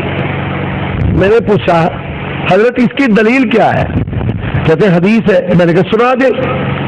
نبی صلی اللہ علیہ وسلم نے فرمایا اذا صلیتم علی المیت فاخلصوا له الدعاء، کہ جب تم میت پر نماز پڑھ لو تو فوراً اس کے لیے دعا کرو. آنکھیں اگر بند ہو تو دن کی رات ہے، اس میں بھلا کیا قصور آفتاب کا. میں نے کہا حضرت یہ ترجمے غلط ہے، اس کا صحیح ترجمہ یہ اذا ماضی پر آیا ہے جو حال کا معنی دیتا ہے کہ جب تم میت پر نماز پڑھ رہے ہو تو. اس کا یہ معنی نہیں ہے کہ نماز پڑھ لو تو، اس کا معنی نماز پڑھ رہے ہو. نماز پڑھ رہے ہو، پڑھ لو نہیں، پڑھ رہے ہو تو اخلاص کے ساتھ دعا کرو. اب اللہ کے نبی صلی اللہ علیہ وسلم کی حدیث ہے کہ جب مؤذن اذان دیتا ہے شیطان بھاگ جاتا ہے. اب اس حدیث کا مطلب و معنی صحابہ نے کیا لیا کہ بھائی مسجد کے اندر اذان کہتا ہے اللہ اکبر اللہ اکبر، دوسری حدیث اس کی تائید کرتی ہے. فرمایا اقامت جب کہتا ہے مؤذن تو شیطان پھر بھاگ جاتا ہے. اب ہمارے بھائیوں نے اس حدیث کا معنی کیا کیا کہ قبر پر کھڑے ہو کر اذان دینا شروع کر ما انزل اللہ بہذا من سلطان. اور جب ہم کہتے ہیں یہ کیا ہے تو کہتے ہیں کیا رج ہے، کیا رج ہے، شیطان کو ہی بگا رہے ہیں. بھائی بے موقع اگر کوئی شخص قرآن حدیث پڑھنا شروع کر دے اللہ کی قسم سے کبھی بھی جو ثواب نہیں ہوگا. میں اس کی مثال دیتا ہوں. جانور تکبیر اس کو جانور کو کرتا ہے، ذبح کرتا ہے، نار کرتا ہے، حلال کرتا ہے پنجابی میں تو کہتا ہے بسم اللہ واللہ اکبر. اگر کہے یاسین والقرآن الحکیم انک لمن المرسلین علی صراط مستقیم، کیا خیال ہے؟ ٹھیک ہے؟ کیا رد ہے؟ قرآن ہی پڑھا ہے. بیوی کے ساتھ شاباشی کر رہا ہے، کہتا ہے الرحمن علم القرآن خلق الانسان علمہ البیان. ہم کہیں گے ہاں یہ سنت عمل ہے بیوی کے ساتھ شاباشی کا، اور یہ حلال ہے، سنت ہے، اس میں ثواب ہے. لیکن بیوی کے ساتھ جماع کرتے ہوئے رب کا قرآن پڑھ سکتا ہے؟ نہیں پڑھ سکتا، اگرچہ عمل بھی سنت والا ہے. اب کوئی شخص آیات اور حدیث کے وہ معانی لے جو معانی صحابہ کرام نے نہیں لیے، ائمہ محدثین نے نہیں لیے، امت پھر بھی ایک نہیں ہو سکتی. اگر امت کو ایک کرنا ہے تو قرآن حدیث کو ویسے سمجھو جیسے نبی کے یاروں نے سمجھا. اس کی ایک اور مثال دیتا ہوں. عید کا جو میدان ہے، نماز عید سورج نکلنے کے بعد پڑھی جاتی ہے، پہلے نہیں پڑھی جاتی. اور سورج نکلنے سے لے کر نماز ظہر تک کوئی بھی جو نماز ہے اس کو آپ پڑھنا یہ ممنوع و مکروہ نہیں ہے. نوافل پڑھے، نظر کے ہیں وہ پڑھے، کوئی فرض رہ گئی ہے وہ پڑھے، پڑھ سکتے ہیں آپ. بلکہ سورج نکلنے کے بعد جو نمازیں ہیں شریعت میں تو ان کی بڑی فضیلت ہے. نبی صلی اللہ علیہ وآلہ وسلم نے فرمایا دنیا اور دنیا کے سارے خزانوں سے یہ جو دو رکھتے ہیں افضل ہے. اس کو اشراق کی نماز ہم کہتے ہیں. آیا بندہ اللہ. اب جگہ بھی ممنوع نہیں ہے، ممنوع جگہ نہیں ہے.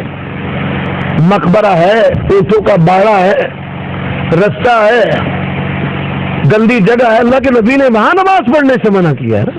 ممنوع جگہ بھی نہیں ہے. وہاں تو عید کی نماز پڑھی جانے لگی تھی. ممنوع جگہ بھی نہیں، ممنوع نماز بھی نہیں. نماز کا بھی بڑا اجر و ثواب ہے. پڑھیں سلام پھیرا، سید مولا علی رضی اللہ تعالیٰ نے فوراً پکڑ لیا. کہتے ہاں جی 2 رکعتیں کیوں پڑھی ہیں؟ 2 رکعتیں کیا لگا؟ وہ 2 رکعتیں میں نے اجر کے لیے پڑھی. کہتے ہیں اللہ کے نبی صلی اللہ علیہ وسلم نے یہ 2 رکعتیں میدان عید میں نہیں پڑھی تو اجر کی بات کرتا ہے. جہنم میں جانے کے لیے یہ 2 رکعتیں کیا تھیں؟ کب سمجھو گے؟ اللہ کی قسم آئیے الزامات کو چھوڑے، گالیوں کو چھوڑے، اور یہ بات یاد رکھیں، جب کوئی تنظیم یا جماعت اپنے آخری دم دیتی ہے تو فریق مخالف کو وہ گالیاں دینا شروع کر دیتے ہیں۔ یہ اہل حدیث کی دعوت بڑھتی جا رہی ہے، لوگ دن بدن اہل حدیث ہو رہے ہیں۔ اہل سنت والجماعہ الحدیث، کیا وجہ ہے؟ کتاب و سنت ہے، اور ہمارے بھائی جتنے بھی آئیں گے گالیاں دیں گے ہمیں۔ گالیاں دینا یہ دین نہیں ہے، یہ بات یاد رکھ لیں۔ گالیاں دینا، اللہ کے نبی صلی اللہ علیہ وسلم کا فرمان ہے، انما بعثت رحمہ لم ابعث لعانہ، میرے رب نے مجھے رحمت بنا کر بھیجا، گالیاں دینے والا بنا کر بھیجا نہیں۔ اور یہاں گالیاں دی جاتی ہے، وہابیاں نے وہیں سے وہابیاں دیا۔ حضرات، یہ کابر پرستی آج کہا جاتا ہے قرآن حدیث۔ قرآن حدیث آخری جو میں بات کرنا چاہتا ہوں کہ آج امت متحد کیوں نہیں ہوتی، اس کا ایک بنیادی سبب، جب انہیں کہا جاتا ہے تعالوا الی ما انزل اللہ، جو اللہ نے نازل کیا اس کی طرف آؤ، تو کیا کہتے ہیں؟ ما وجدنا علیہ آبانا، ہمارے بڑے ایسے کرتے تھے۔ قرآن حدیث کے مقابلے میں کسی بڑے کی نہیں چل سکتی، کسی بڑے کی چل سکتی ہے؟ نہیں چل سکتی۔ تو یہ دلیل بھی پرانی ہے، اور یہ بات یاد رکھ لیں، یہ قبر پرستی اور ان کے ساتھ یہ اعتقاد کہ یہ نکل کر گھر بھی آ جاتے ہیں اور مشکل کشائی بھی کرتے ہیں، اللہ کی قسم ہے کئی سالہ دور نبوت میں اللہ کے نبی نے کسی ایک قبر کو بھی پختہ نہیں کیا، اور نہ اس پر جنہ لگایا نہ دیا جلایا۔ اور میں کبھی صحابہ کو کہا کہ تمہارا کام نہ بنے تو میری قبر پر آ کے مجھ سے مانگ لینا، یا تمہارا کام نہیں بنتا اور موسیٰ کی قبر اللہ کے نبی جانتے تھے، یہ نہیں کہا کہ موسیٰ کی قبر پر چلے جانا۔ بڑے بڑے جلیل القدر صحابی ہیں کہ جن کی موت پر رب کا عرش حرکت میں آیا، اہتز عرش الرحمن لموت سعد، دنیا سے گئے ہیں، اللہ کے نبی نے اپنے ہاتھوں کے ساتھ قبر میں اتارا کئی صحابہ کو۔ یہ نہیں کہا کہ ان کی قبر پہ آگے دعا مانگنا اور ان سے مانگنا شروع کر دینا، یہ دیتے ہیں اور یہ قبر سے نکل بھی آتے ہیں اور ضرورتیں بھی پوری کرتے ہیں، اور بابا جی ہمارا خیال بھی رکھنا نہیں، ما انزل اللہ بہا من سلطان۔ تو یہ امت کے اتحاد میں جو چیزیں رکاوٹ ہے، ان میں قبر پرستی بھی ہے، ان میں قبر پرستی بھی ہے، ان میں فریق مخالف کو گندی اور ننگی گالیاں دینا بھی، عدم تحمل بھی ہے، کتاب و سنت کا انکار بھی ہے، اور کسی امتی کے افکار و نظریات کا پرچار بھی ہے۔ اللہ تعالیٰ سے دعا ہے کہ اللہ ہمیں جب بھی زندہ رکھے، جب تک رکھے، اسلام پر رکھے، اور موت دے تو خاتمہ بالایمان فرمائے۔ وآخر دعوانا الحمدللہ رب العالمین۔ سوال کیا ہے کہ مولانا صاحب کیا آپ پہلے دیوبندی تھے؟ بھائی میرے جو دادا ہیں انہوں نے 60 سال تبلیغی جماعت کے ساتھ وقت لگایا ہے، 60 سال، 95 سال عمر میں وہ فوت ہوئے ہیں۔ تو خاندان میں 2 طرح کے افراد تھے، یہاں بریلوی تھے تو یہاں دیوبندی۔ اب بے توفیق اللہ تعالیٰ میرے دادا جی کی جو اولاد ہے، پوتے پوتیاں نواسے نواسیاں، وہ 800 کے قریب جا چکی ہے، اور 800 میں کوئی ایک بھی غیر اہل حدیث نہیں ہے، سب اہل حدیث ہے۔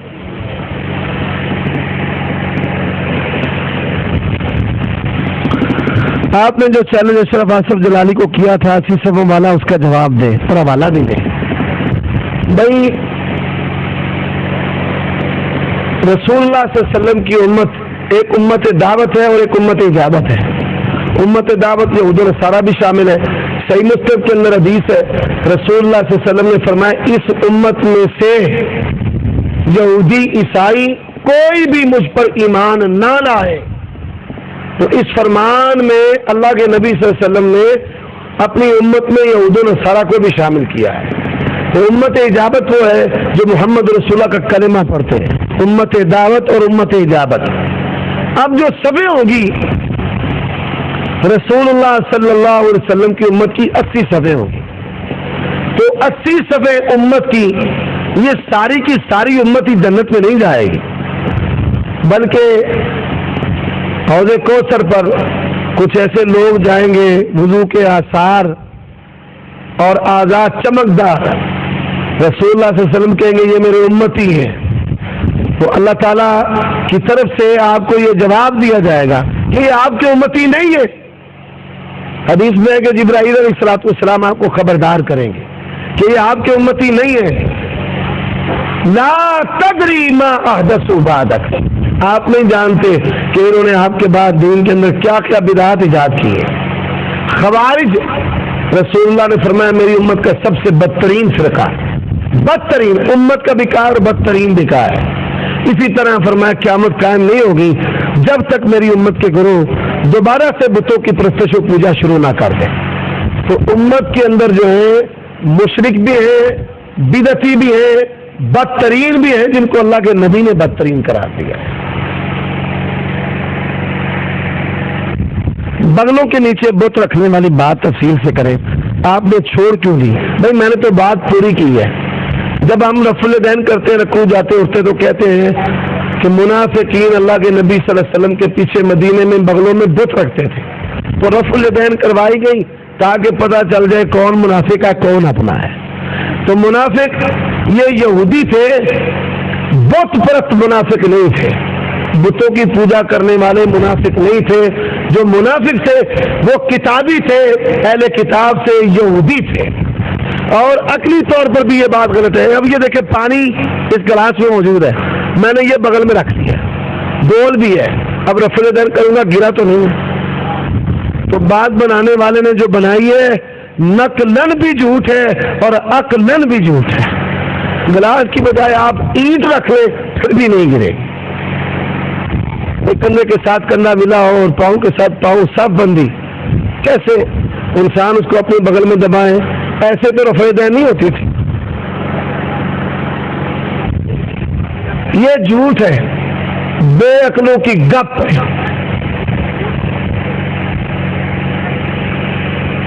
آپ نے فرمایا کہ اللہ تعالیٰ نے اپنے ہاتھ سے حضرت آدم کو بنایا، اللہ تعالیٰ کا تو ہاتھ نہیں ہے۔ وَنَعُوذُ بِاللَّهِ مِنْ ذَلِكَ۔ اہل سنہ والجماعہ، اہل حدیث کا، محدثین کا پختہ عقیدہ ہے کہ اللہ تعالیٰ کا ہاتھ ہے، اور اللہ تعالیٰ کے ہاتھ دائیں بایاں نہیں ہے۔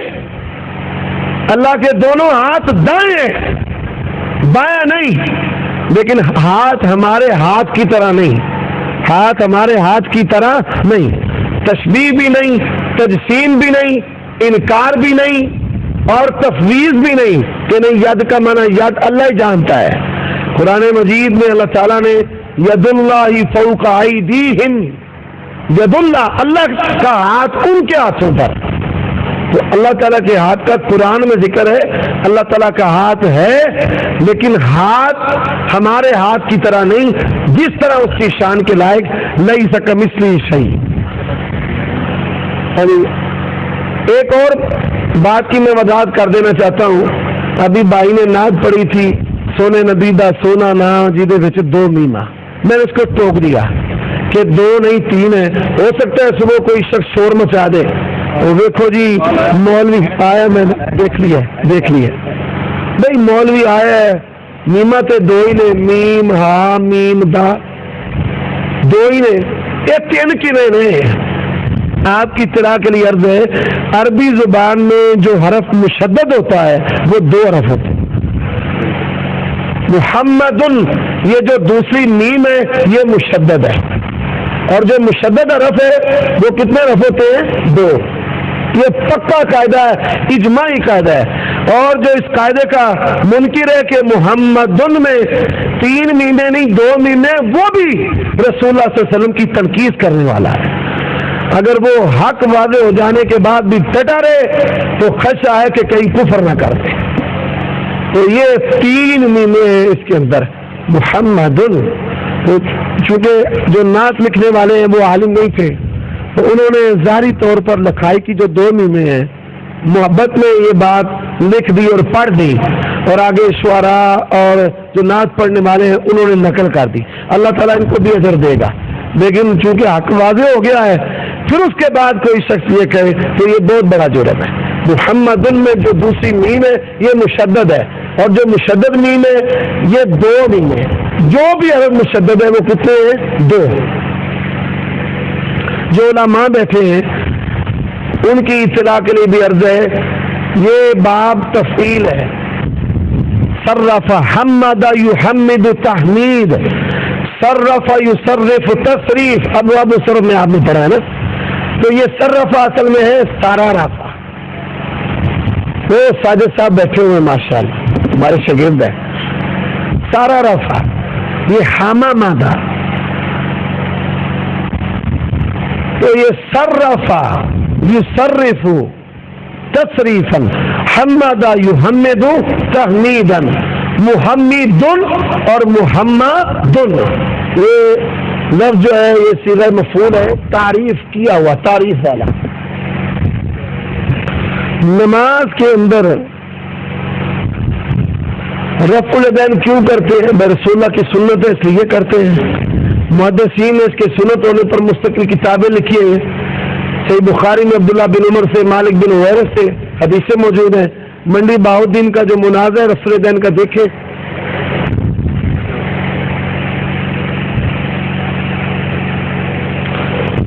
کہتے ہیں حضرت آدم اور حوا کا نکاح کس نے پڑھایا تھا؟ بھائی جب اللہ تعالیٰ نے کہہ دیا تیری بیوی ہے تو اللہ تعالیٰ کہہ دے تیری بیوی، نکاح پڑھانے کی ضرورت نہیں رہتی. اور سید عائشہ رضی اللہ تعالی عنہ خواب میں اللہ تعالیٰ نے نبی پاک کو کیا کہا؟ انہا زوجتک فی الدنیا والآخرہ، اے نبی یہ دنیا میں بھی تیری بیوی ہے اور جنت میں بھی تیری بیوی ہے.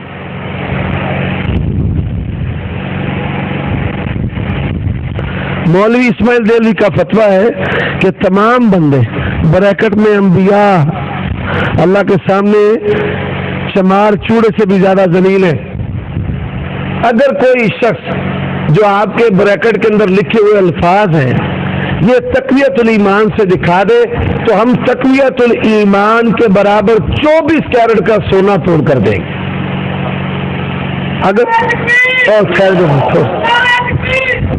اگر کوئی شخص اس طرح کی باتوں سے گستاخیاں ثابت کرنا شروع کر دے تو اس طرح کے اعتراضات تو یہودیوں عیسائیوں نے قرآن پر بھی کیے ہیں. اللہ تعالیٰ قرآن مجید میں کہتے ہیں انکم وما تعبدون من دون اللہ حسب جہنم انتم لہا واردون، تم جن کی پرستش و پوجا کرتے ہو تم اور وہ جہنم کا ایندھن ہے. کہتے ہیں بھائی ہم تو عیسیٰ علیہ الصلوۃ والسلام کی عبادت کرتے ہیں. بھائی عیسائی کرتے ہیں یا نہیں کرتے؟ کرتے ہیں. تو تمہارے قرآن کے مطابق وہ بھی گئے نعوذ باللہ جہنم میں؟ نہیں. یہ تقویت الایمان پر اعتراض ایسا ہی ہے جیسا یہودیوں عیسائیوں کا قرآن پر ہے. اللہ تعالیٰ نے کیا کہا ہے؟ ان الذین سبقت من الحسنى، اور جن کے بارے میں ہمارے ہاں اچھائی ہے اولئک عنہا مبعدون، نبیوں اور ولیوں کے لیے اچھائی ہے. یہ اللہ تعالیٰ کی جہنم میں کبھی جا سکتے ہیں؟ نہیں. تو تقویت الایمان والے نے بھی لکھا ہے، تقویت الایمان والے نے کہ اللہ کے بعد سب سے برتر و بالا اگر کوئی ہے تو محمد رسول اللہ صلی اللہ علیہ وسلم ہے. تو بریکٹ میں جو ڈالے ہوئے الفاظ ہیں یہ مولویوں کی فنکاری ہے، اصل کتاب کے اندر موجود نہیں ہے. یہی تو وہ کتاب ہے جس میں برے صغیر کے اندر توحید پھیلائی ہے اور اتنی بہاریں لگ گئی ہیں، اور اسی کتاب پر تو ان کو سب سے زیادہ غصہ ہے.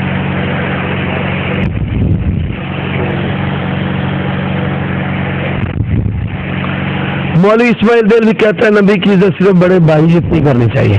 انا للہ و انا الیہ راجعون. یہ جو بریلوی ہیں نبیوں کو کافروں کا بھائی تو مان لیتے ہیں.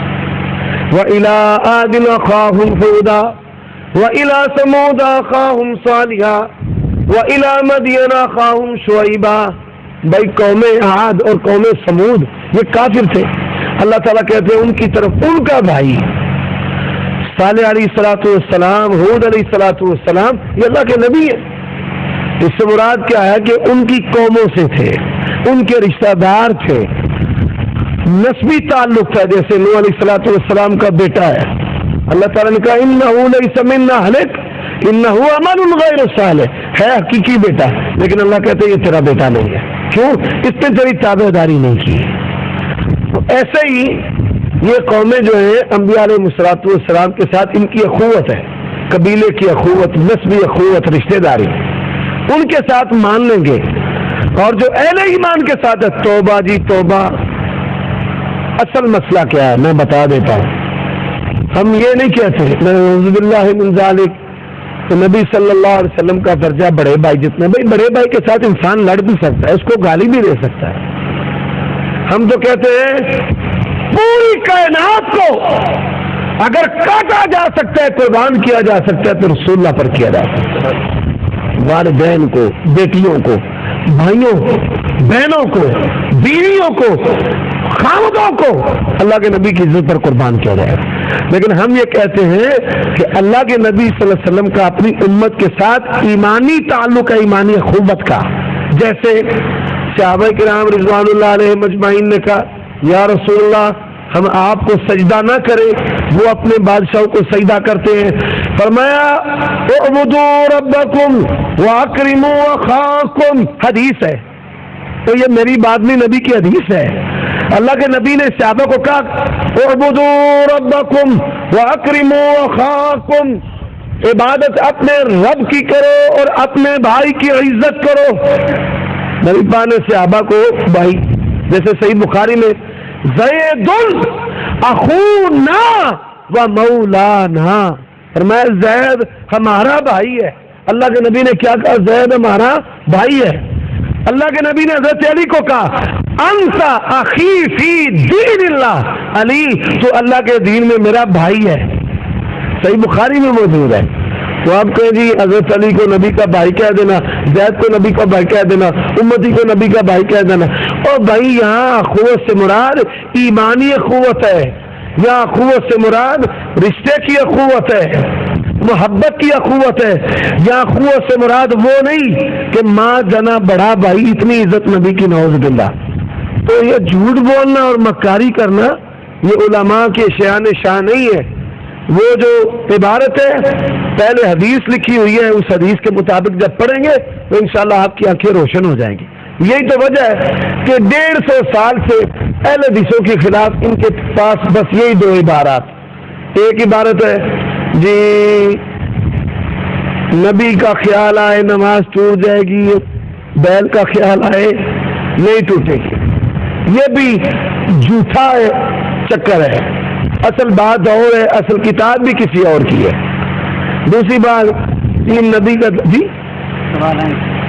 نبی کا درجہ جو ہے یہ بڑے بھائی جتنا ہے. یہاں ہر بڑا چھوٹا اللہ کے سامنے چور چمار سے بھی زیادہ ذلیل ہے. تو یہ جو مطلب مانا آپ نے لیا ہے اس کو لکھ لیں. میں اکثر کہتا ہوں مولوی بیان کرتے میں کہتا ہوں مولوی کا بیان لکھ لو، لکھ لو، اور لکھنے کے بعد اصل کتاب سے ہمیں وہ بیان دکھا دو تو ہم انشاءاللہ اس کتاب کے ساتھ سونا توڑ کر دینے کو تیار ہیں. اب بھی جو باتیں یہ کہہ کر گئے ہیں یا کہیں گے وہ لکھ لیں، حرف بہ حرف لکھ لیں، اور وہ کتابوں سے عبارات قیامت کی صبح تک نہیں دکھا سکتے. تو ان عبارتوں سے مطلب مانا بگاڑ کر لینا جیسے قرآن کے مطالب اور معنی ہو، دونوں سارا بگاڑتے ہیں. یہ گدھے کے خیال والی بات ہو چکی ہے. ہم تو کہتے ہیں نبی کا خیال اور نبی کی سنت کے مطابق ہے. آپ اجتہادی مسائل کو مانتے ہیں یعنی اجتہاد کی ضد کیا ہے؟ بھائی ہم اجتہادی مسائل کو مانتے ہیں لیکن ان کو عالمگیر نہیں مانتے. مولوی کی رائے فکر وقتی ہوتی ہے، وہ عالمگیر نہیں ہوتی. نہ ان کو عربی عجمیوں پر، کالوں گوروں پر اور سردی گرمی ہر موسم میں امت پر چسپاں کر دیا جائے، نافذ کر دیا جائے، اور جو اس کو نہ مانے اس کو گمراہ کہہ دیا جائے کہ امام ابو حنیفہ کے جو اجتہاد کو نہیں مانتا اس کو ہم گمراہ کہیں گے. تو ہم کہتے ہیں اجتہاد کتاب و سنت سے ثابت ہے. اجتہاد جو ہے یہ کس سے ثابت ہے؟ کتاب و سنت سے. تو اجتہاد کی جو ضد ہے وہ ہے اتباع ہوا، خواہش نفس کی پیروی کرنا.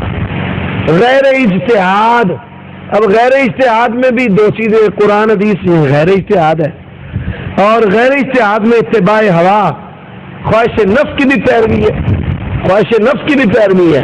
تو حق کی پیروی تو یہ کتاب و سنت کا مقصود ہے. اور غیر حق، اب کوئی شخص اجتہاد کرے اس کا اجتہاد غلط ہو، کوئی شخص اجتہاد کرے کتاب و سنت سے ہٹ کر، کوئی اجتہاد کرے بناوٹی اصولوں پر. اصول کیا ہے کہ قرآن کے خلاف اگر ہمارے امام کا قول ہو ہم قرآن کو چھوڑ دیں گے، امام کے قول کو نہیں چھوڑیں گے. تو ایسا اجتہاد جوتے کی نوک پر ہے.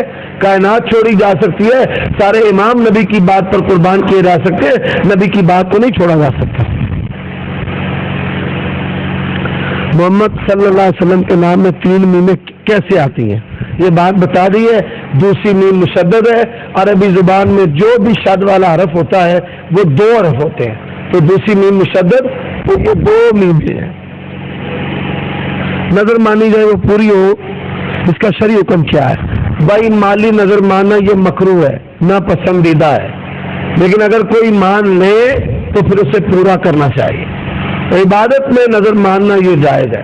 تو بھائی میں نوافل کروں گا، میں حج کروں گا، عمرہ کروں گا، تو نظر مالی ہو یا عبادت کی تو دونوں صورتوں میں اس کو پورا کرنا نظر ماننے والے پر فرض ہے.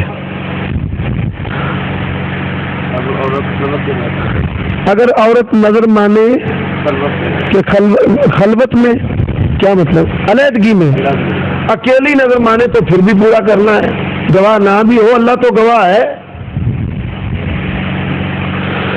یہ ایک ورقہ آ گیا جی، بلکہ ایک پورا پرچہ ہی آ گیا. کچھ لوگ کہتے ہیں مناظرے کروانے سے کچھ حاصل نہیں ہوتا بلکہ الٹا اس سے فتنہ فساد پیدا ہوتا ہے. آپ کی کیا رائے ہے؟ نہیں، یہ بات اکثر وہ لوگ کہتے ہیں کہ جن کا جماعتی فنڈ کم ہوتا ہے، انہوں نے سب سے چندہ لینا ہے، تو کہتے ہیں بھائی مناظرہ کرنے کا کیا فائدہ، اتنا فساد پیدا ہوگا. بڑی معذرت کے ساتھ برے صغیر پاک و ہند میں مستق اہل حدیث پھیلا ہے تو مناظروں سے پھیلا ہے. یہ میری بات نہیں ہے، مولانا اسماعیل سلفی رحمۃ اللہ علیہ نے نتائج التقلید کے اندر یہ بات لکھی ہے. ثناء اللہ مرسلی رحمۃ اللہ علیہ نے بر صغیر کے پاک و ہند طول و عرض میں بنگال سے لے کر پشاور تک، کوئٹہ تک اللہ کی توفیق سے لمبے لمبے کئی دنوں کے سفر کر کے کتاب و سنت کا بول بالا کیا، مناظرے کیے، اور بستیوں کی بستیاں، شہروں کے شہر لوگ الحمدللہ اہل حدیث ہوئے ہیں. تو یہ ان کی محنتوں کا نتیجہ ہے. ہاں، یہ بھائی کی جو بات ہے، بس اوقات بعض مناظروں سے فتنہ فساد بھی ہو جاتا ہے، تو اس حقیقت کا انکار بھی نہیں کرنا چاہیے. اس کے فائدے بھی ہیں اور نقصان بھی ہیں. دنا عقل مند لوگ فیصلہ کریں کہ مناظرہ ہونا چاہیے یا نہیں ہونا چاہیے. ویسے نبی صلی اللہ علیہ وسلم کا فرمان ہے لا تتمنوا لقاء العدو، دشمن کے ملنے کی تمنا نہیں کرنی چاہیے. یہ جو مناظروں کا انڈا آنا ہے نا، یہ بڑا خطرناک عمل ہے، یہ نہیں ہونا چاہیے. دعوت دے، پھر دعوت دے، پھر دعوت دے، پھر دعوت دے، مناظرے کا کہے پھر دعوت دے، چاروں نہ چار. جب مدبر ہو تو پھر ثابت قدم ہو جائے انشاءاللہ اللہ کی توفیق سے. اللہ فتح دے گا. قرآن و حدیث سے ثابت کریں گھوڑا گو کھانا حلال ہے. بھائی اہل حدیثوں پر جن مسائل کی بنیاد پر اعتراضات کیے گئے ہیں، اعتراض کرنے والے جانتے نہیں ہیں کہ ان کے بڑوں نے مانا ہوا ہے کہ گھوڑا حلال ہے. فقہ حنفی کی کتاب فتاوی شامی کے اندر امام محمد جو فقہ حنفی کے بڑے امام ہیں، تیسرے بڑے امام، امام ابو حنیفہ، ان کے بعد قاضی ابو یوسف، ان کے بعد امام محمد، جن کی مشہور کتاب موطا امام محمد ہے، موطا محمد اس کو کہتے ہیں. تو وہ کہتے ہیں گھوڑا حلال ہے. تو جو آپ گالیاں ہمیں دیں گے وہی اپنے امام صاحب کے بارے میں بھی سوچ رکھیں کہ یہ گالیاں ہمیں نہیں پڑیں گی، آپ کے امام صاحب کو پڑیں گی. وہی بات گو کی، تو یہ اصل لفظ ہے ضب، ضب، واد اور با، ضب. اس کا ترجمہ بعض لوگوں نے گو کیا ہے. میرے نزدیک اس کا صحیح ترجمہ گو نہیں ہے. یہ عرب کے اندر کھایا جانے والا ایک جانور ہے جو ریت کے اندر ہوتا ہے. ہمارے ہاں جو گو ہے وہ اور ہے اور جو ضب ہے وہ اور ہے. تو ضب جو ہے رسول اللہ کے دسترخوان پر کھائی گئی ہے.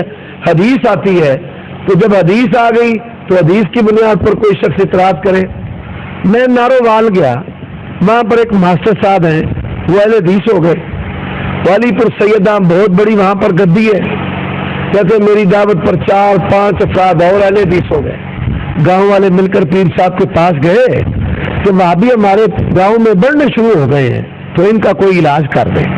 انہوں نے ایک بڑا مناظر مطمئن کرنے کے لیے بھیجا کہ وہابیوں کے تمام اعتراضات کے جوابات دیے جائیں گے. اب کہتے ہیں بات چیت شروع ہو گئی.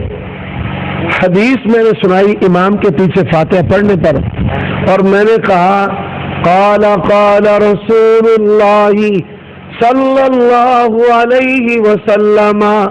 اب کیا کہا؟ کالا کالا کالا کالا.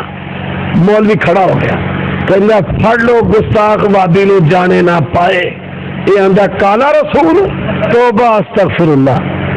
اب یہ کالا جو ہے یہ عربی کا لفظ ہے، اس کا مطلب ہے فرمایا رسول اللہ صلی اللہ علیہ وسلم۔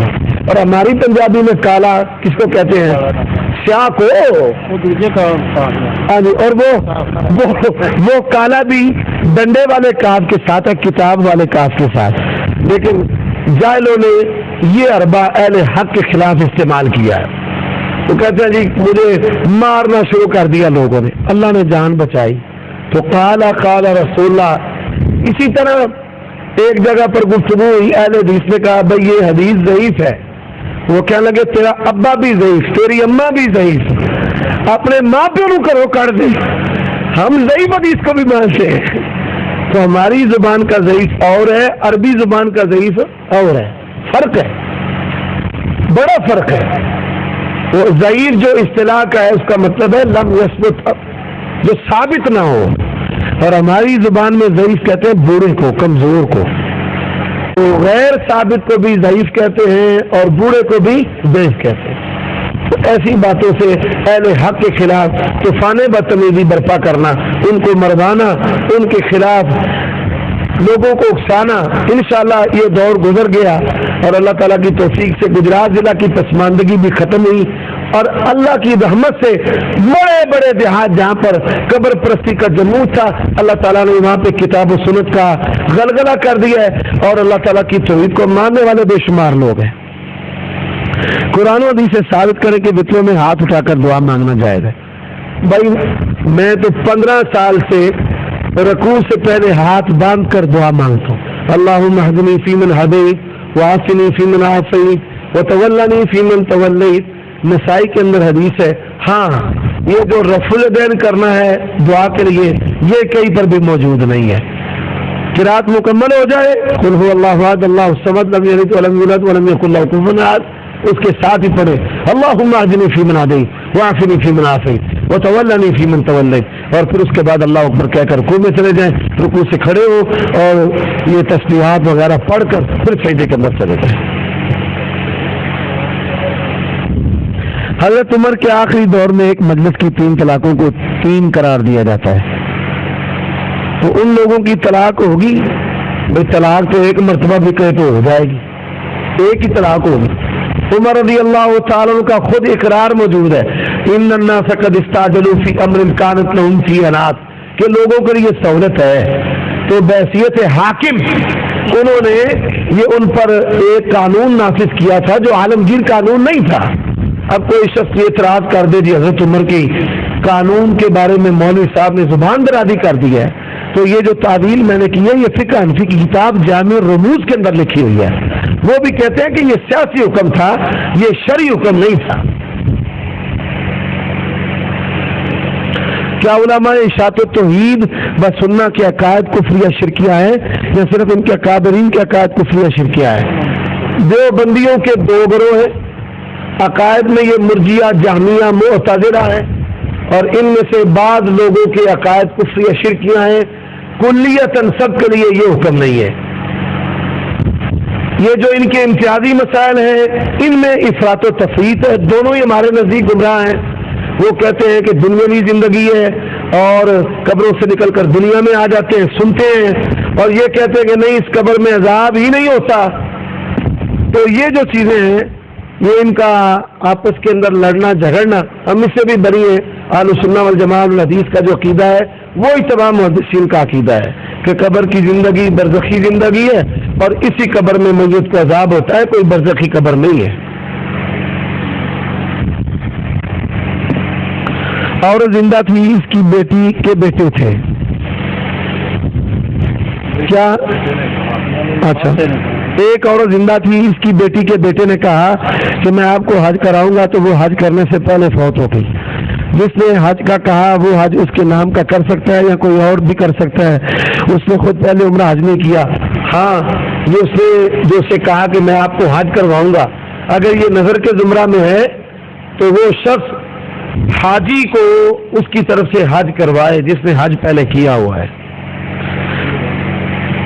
وہ شخص امام کے پیچھے فاتحہ نہ پڑھے، رفع یدین نہ کرے، بھائی امام کے پیچھے فاتحہ نہ پڑھے، رسول اللہ نے فرمایا اس کی نماز نہیں ہوتی۔ رفع الیدین نہ کرے، ہونے نہ ہونے کا پتہ تو اللہ تعالیٰ کو ہے، لیکن ہمارے استاد حافظ عبد المنان نور پوری رحمۃ اللہ علیہ کہا کرتے تھے کہ اس کی نماز رسول اللہ والی نہیں ہوتی۔ ایک شخص جو بندی سے پہلے حدیث ہوا پہلی نمازوں میں رفع الیدین نہیں کرتا، اس کے لیے کیا حکم ہے؟ وہ دوبارہ نمازیں پڑھے؟ نہیں پڑھے، انشاءاللہ اللہ تعالیٰ اس کی پہلی کوتاہیاں معاف کر دے گا۔ دوسری طرف ہو گیا یہ ہے جی پرچہ ہے۔ پرچہ کیا؟ سورۃ فاتحہ امام کے پیچھے پڑھنے کا مسئلہ۔ قرآن شریف کی آیت ہے وَإِذَا قُرِئَ الْقُرْآنُ فَاسْتَمِعُوا لَهُ وَأَنصِتُوا لَعَلَّكُمْ تُرْحَمُونَ۔ یہ آیت حدیثوں سے ثابت ہے کہ صحابہ کرام سے کہ فرض نماز کے بارے میں نازل ہوئی۔ بھائی صرف ایک صحابی سے ثابت کر دیں کہ یہ فرض نمازوں کے بارے میں، فرض جماعت کے بارے میں نازل ہوئی ہے، صرف ایک سے۔ یہ محض ایک خوشنما جملہ ہے، آج تک کوئی مائی کلال اس کو ثابت نہیں کر سکا۔ دیکھ لیں جتنے بھی مناظرے ہوئے ہیں، ویڈیو ریکارڈ ہے، آڈیو ریکارڈ ہے، دیکھ لیں، آج تک کوئی ثابت نہیں کر سکا۔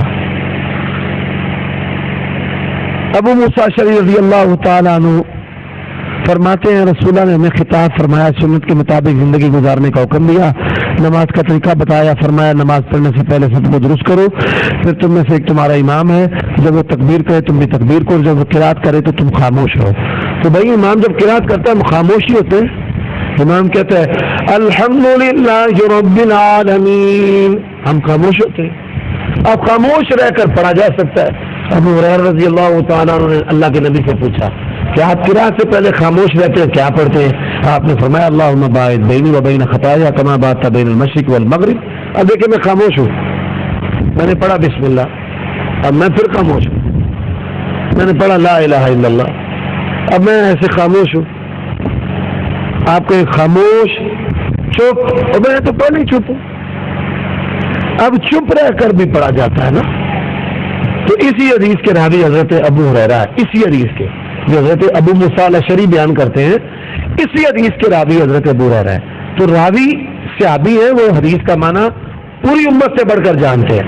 حضرت ابو ہریرہ خود مقتدیوں کو حکم دیا کرتے تھے کہ امام کے پیچھے سورۃ فاتحہ پڑھو، اور یہ ان کی حدیث ہے، صحیح مسلم کے اندر موجود ہے۔ اقرا بہا فی نفسک، انہوں نے اپنے شاگرد کو فارسی کو پڑھنے کا حکم دیا۔ کوئی آدمی رکوع میں ملا، اس کی رکعت ہو گئی، اس کی حدیثیں موجود ہے۔ رکوع میں ملے، رکعت ہو گئی، اس کی پوری دنیا میں ایک حدیث بھی موجود نہیں ہے۔ کہتے ہیں آپ پیش کریں کہ رکعت نہیں ہوئی، ہاں ہم پیش کرتے ہیں۔ جز قرات میں سیدنا ابو ہریرہ کا قول ہے، حکماً مرفوع ہے، صحابی حلال و حرام کا فتویٰ دے، حکم دے، یا روکے، ثواب بتائے یا گناہ سے خبردار کرے، لا محالہ وہ بات اس نے اللہ کے نبی سے سنی ہے۔ تو حضرت ابو ہریرہ کہتے ہیں جو شخص رکوع میں ملے گا اس کی رکعت نہیں ہوگی۔ اس بات پر دلیل پیش کرو کہ صحابہ کرام سے کوئی حدیث ثابت ہے کہ یہ آیت کافروں کے لیے نازل ہوئی ہے؟ بھائی قرآن مجید ماں قبر اور ماں بعد کی آیات پڑھیں۔ وَإِذَا لَمْ تَأْتِهِمْ بِآيَةٍ قَالُوا لَوْلَا اسْتَبَيْتَهَا قُلْ إِنَّمَا أَتَّبِعُ مَا يُوحَى إِلَيَّ مِن رَّبِّي هَٰذَا بَصَائِرُ مِن رَّبِّكُمْ هُدًى وَرَحْمَةٌ لِّقَوْمٍ يُؤْمِنُونَ وَإِذَا قُرِئَ الْقُرْآنُ فَاسْتَمِعُوا لَهُ وَأَنصِتُوا لَعَلَّكُمْ تُرْحَمُونَ وَاذْكُر رَّبَّكَ فِي نَفْسِكَ تَضَرُّعًا وَخِيفَةً۔ تو یہ آیات پڑھے ماں قبر اور ماں بعد والی، پتہ چل جائے گا کہ اس آیت کا تعلق امام کے پیچھے سورۃ فاتحہ پڑھنے سے نہیں ہے۔ ایک صحابی اگر کوئی بندہ دکھا دے کہ اس نے اس آیت کو امام کے پیچھے سورۃ فاتحہ پڑھنے سے جوڑا ہو، اللہ کی قسم ہے اس کتاب کے برابر 5-5 ہزار کے نوٹ توڑ کر دیں گے، دکھائے کوئی۔ ابھی ماضی قریب میں 1 مہینہ پہلے میرا مناظرہ بائی پھرو میں امام کے پیچھے فاتحہ پڑھنے پر ہوا ہے، تو پورے مناظرے میں میں نے دعائی دی ہے کہ اللہ کے لیے قرآن سے صرف ایک آیت، صرف صحابی کا ایک قول کہ یہ آیت جو ہے امام کے پیچھے سورۃ فاتحہ پڑھنے سے ہے۔ انٹرنیٹ پر آ گیا، جو انٹرنیٹ استعمال کرتے ہیں munazara.org پر یہ دیکھ سکتے ہیں۔ اس کے بعد آپ یہ ترتیب جماعت، جس طرح ہم نے قرآن آیت اور اس کے بعد حدیث سے ثابت کیا ہے، آپ بھی ثابت کریں۔ بھائی حدیث، پہلی حدیث فَقْرَؤُوا مَا تَيَسَّرَ مِنَ الْقُرْآنِ کی تشریح میں، سنن ابی داود میں حدیث مفیع الصلاۃ ثم اقرأ بأم القرآن، اللہ کے نبی صلی اللہ علیہ وآلہ وسلم نے صحابی کو سورۃ فاتحہ پڑھنے کا حکم دیا ہے۔ دوسری حدیث عبادہ، صحیح بخاری میں رسول اللہ نے فرمایا جو شخص سورت فاتحہ نہیں پڑھتا اس کی نماز نہیں ہوتی. پہلی حدیث کے ساتھ آیت بھی آ گئی ہے. دوسری حدیث رسول اللہ صلی اللہ علیہ وسلم نے فرمایا جو شخص نماز میں سورت فاتحہ نہیں پڑھتا اس کی نماز نہیں ہوتی. اب اس حدیث کا معنی جو صحابی رسول نے سمجھا مصنف ابن ابی شیبہ میں ہے, عبادہ بن ثابت امام کے پیچھے سورت فاتحہ پڑھتے تھے. اس حدیث کا معنی محدثین نے امام بخاری رحمۃ اللہ علیہ اور دیگر ائمہ نے امام کے پیچھے سورت فاتحہ پڑھنے کے ساتھ جوڑا ہے. تو یہ حدیث دلیل ہے اور صحابہ کا عمل دلیل ہے. اور صحابہ کرام بھی فاتحہ پڑھنے کا حکم دیتے تھے. جیسے مستدرک حاکم کے اندر عمر بن خطاب رضی اللہ تعالیٰ عنہ حکم دیا کرتے تھے امام کے پیچھے فاتحہ پڑھو. اور یہ بات بھی سن لیں کہ وَإِذَا قُرِئَ الْقُرْآنُ فَاسْتَمِعُوا لَهُ وَأَنصِتُوا لَعَلَّكُمْ تُرْحَمُونَ. امام کے پیچھے فاتحہ نہ پڑھنے پر سب سے پہلے دنیا میں شیعہ رافضیوں نے اس کو دلیل بنایا ہے. تفسیر کلی سورت اعراف کے اندر انہوں نے امام کے پیچھے فاتحہ نہ پڑھنے پر اس کو دلیل بنایا ہے. کیوں بنایا؟ اس لیے بنایا کہ صحابہ نبی کے پیچھے سورت فاتحہ پڑھتے تھے. اس لیے بنایا کہ جس سے سب سے بڑھ کر شیعہ بغض کرتے ہیں عمر بن خطاب, وہ لوگوں کو امام کے پیچھے سورت فاتحہ پڑھنے کا حکم دیتے ہیں. جی اور کوئی بات انہوں نے کہا تھا کہ کوئی بندہ کھڑا ہو کر سوال نہیں کر سکتا. یہ تشنگی بھی نہیں رہنا چاہیے کہ شوکت بھائی کے گاؤں آئے ہیں, وڑیش برادری ہے, تو کوئی بندہ کھڑا ہو کر سوال نہیں کر سکا اور جس میں کھڑے ہو کر لے وہ بھی کر لے. یہ نہ ہو کہ بھائی نہیں سانو کھلو نہیں دیتا تو کھلو کے بھی کر لو سوال جو کرنا جی. ایمان کی آپ نے بات کی ہے اصل عبارت کیا ہے؟ تقویت الایمان کی جو کہتے ہیں اصل عبارت. ٹھہرو بھائی کوئی نہیں یہ برخوردار ہے. اس نے سوال کیا ہے کہ تقویت الایمان کی اصل عبارت. بھائی تقویت الایمان کی جو اصل عبارت حدیث سے پہلے لکھی ہوئی نبی صلی اللہ علیہ وسلم کا فرمان ہے صحابہ کرام کو کہ بندگی اللہ کی کرو اور اپنے بھائی کی عزت کرو. تو انہوں نے نبی صلی اللہ علیہ وآلہ وسلم کے بارے جو غلط نظریات تھے کہ وہ داتا مشکل کشا دستگیر ہے جیسے اللہ کے بارے میں ہمارا عقیدہ ہے, تو انہوں نے کہا ہے کہ یہ عقیدہ اللہ کے نبی کے بارے میں نہیں رکھنا چاہیے کہ ان کا احترام کرتے کرتے ان کو آپ الوہیت کے درجے پر فائز کر دیں. ان کا ادب و احترام اللہ کے نبی نے امت کو کہا ہے کہ میں تمہارا بھائی ہوں, اور یہ ایمانی اخوت ہے. اور ہماری جو نبی صلی اللہ علیہ وسلم کے ساتھ ایمانی اخوت ہے اس کا تقاضا کہ ہم آپ صلی اللہ علیہ وسلم کی سب سے بڑھ کر عزت کریں. آپ مجتہد ہیں یا مقلد ہیں؟ ہر مسلمان مجتہد ہے اللہ کی توفیق سے.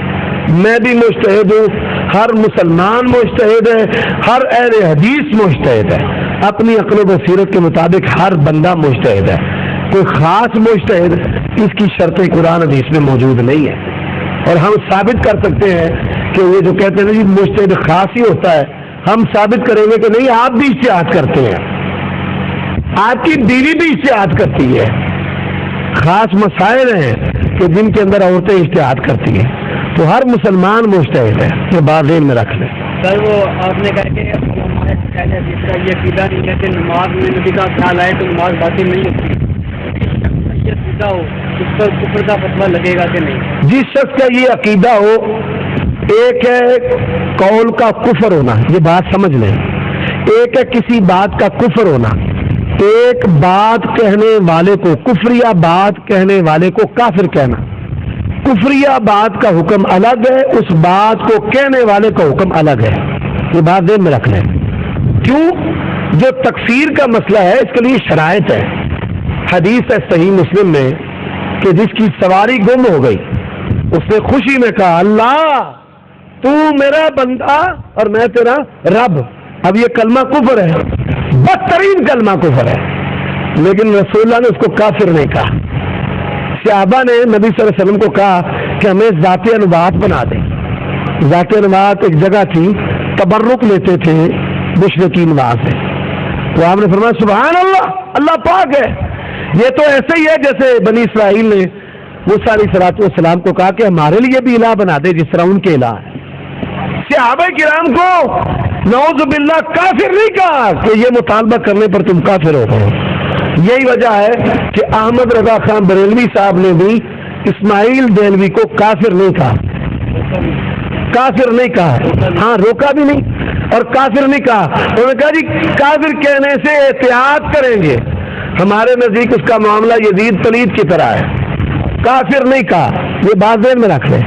ہم کہتے ہیں بھائی کفریات پر آپ واقف بھی ہوئے، کافر نہیں کہا. کہتے ہیں جی توبہ مشہور ہو گئی تھی، توبہ احتیاط کرتے ہوئے.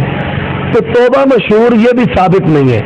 حوالے کے لیے فتاوی رشیدیہ پیش کرتے ہیں، لیکن جو شریعت کا معیار ہے اس پر وہ ان کی توبہ جو مشہور ہونا ہے اس کو بھی ثابت نہیں کر سکتے. ہاں وہ دو بندیوں کی بات ہے نا.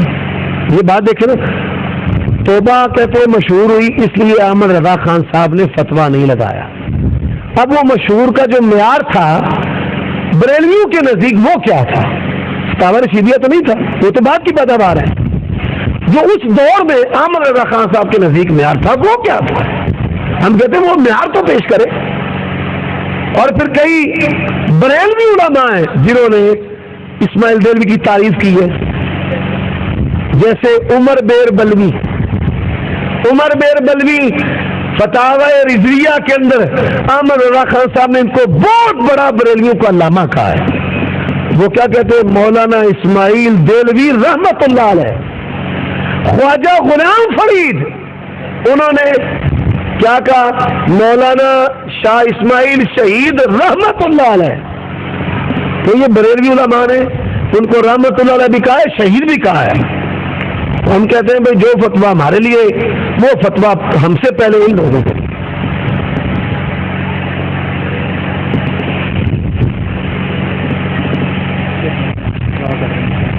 کوئی نہیں انشاءاللہ. کہتے ہیں ایسی حدیث پیش کریں جس میں رسول اللہ صلی اللہ علیہ وسلم نے فرمایا جو شخص امام کے پیچھے سورۃ فاتحہ نہ پڑھے اس کی نماز نہیں ہوتی. کتاب القراءت میں صحیح سند کے ساتھ اللہ کے نبی صلی اللہ علیہ وسلم نے فرمایا لا صلاۃ لمن لم یقرأ فاتحۃ الکتاب خلف الامام. یہ صحیح سند کے ساتھ ہے کتاب القراءت میں. اور کنز العمال میں متقی علی ہندی الحنفی، حنفی عالم دین ہے، انہوں نے کہا ہے کہ اسنادہ صحیح، اس کی سند بھی صحیح ہے. کوئی نہیں چلنے کا سوال خیر ہے، تسلی ہو جائے. نیت جو بول کر کی جاتی ہے بھائی، نیت اس کا معنی دل کا ارادہ ہے، دل کا ارادہ ہے. یہ زبانی جو نیت ہے نماز کے لیے 4 رکعت نماز فرض اللہ تعالیٰ دے، پیچھے اس امام دے. اوپر والی منزل پر ہو تو اوپر اس امام کے، نیچے والی منزل ہو تو نیچے اس امام کے. اب آ کے درمیان میں ملا ہے 2 رکعتیں پڑھی تو کہتا ہے 4 رکعت نماز فرض اللہ تعالیٰ کے پیچھے اس امام کے. بھائی 4 تو نہیں اس امام کے پیچھے، 2 ہیں یا 3 ہیں، 2 تیری چھوٹ گئی، 1 چھوٹ گئی، 3 چھوٹ گئی، اور بنیاد وہی جھوٹ پر ہے.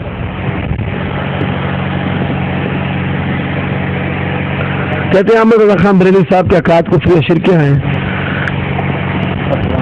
بھائی ہم ان کے کافر مشرک ہونے کا فتویٰ نہیں لگاتے. بڑی معذرت کے ساتھ ہم بریلویوں کو مسلمان سمجھتے ہیں، دیوبندیوں کو مسلمان سمجھتے ہیں. ہم کہتے ہیں ان کے اندر گمراہی پائی جاتی ہے. ہاں بعض ان کے عقائد ہیں جو کفر یا شرکیہ ہیں، لیکن ہم ان پر فتویٰ کفر نہیں لگاتے. بریلوی ہمیں بڑے دھڑلے سے کافر کہتے ہیں، لیکن ہم کہتے ہیں یہ جہالت سے کہتے ہیں، تعصب سے کہتے ہیں، اور ان جاہلوں کو متعصبوں کو ہم پھر بھی کافر نہیں کہیں گے. ان کا معاملہ اللہ کے سپرد ہے.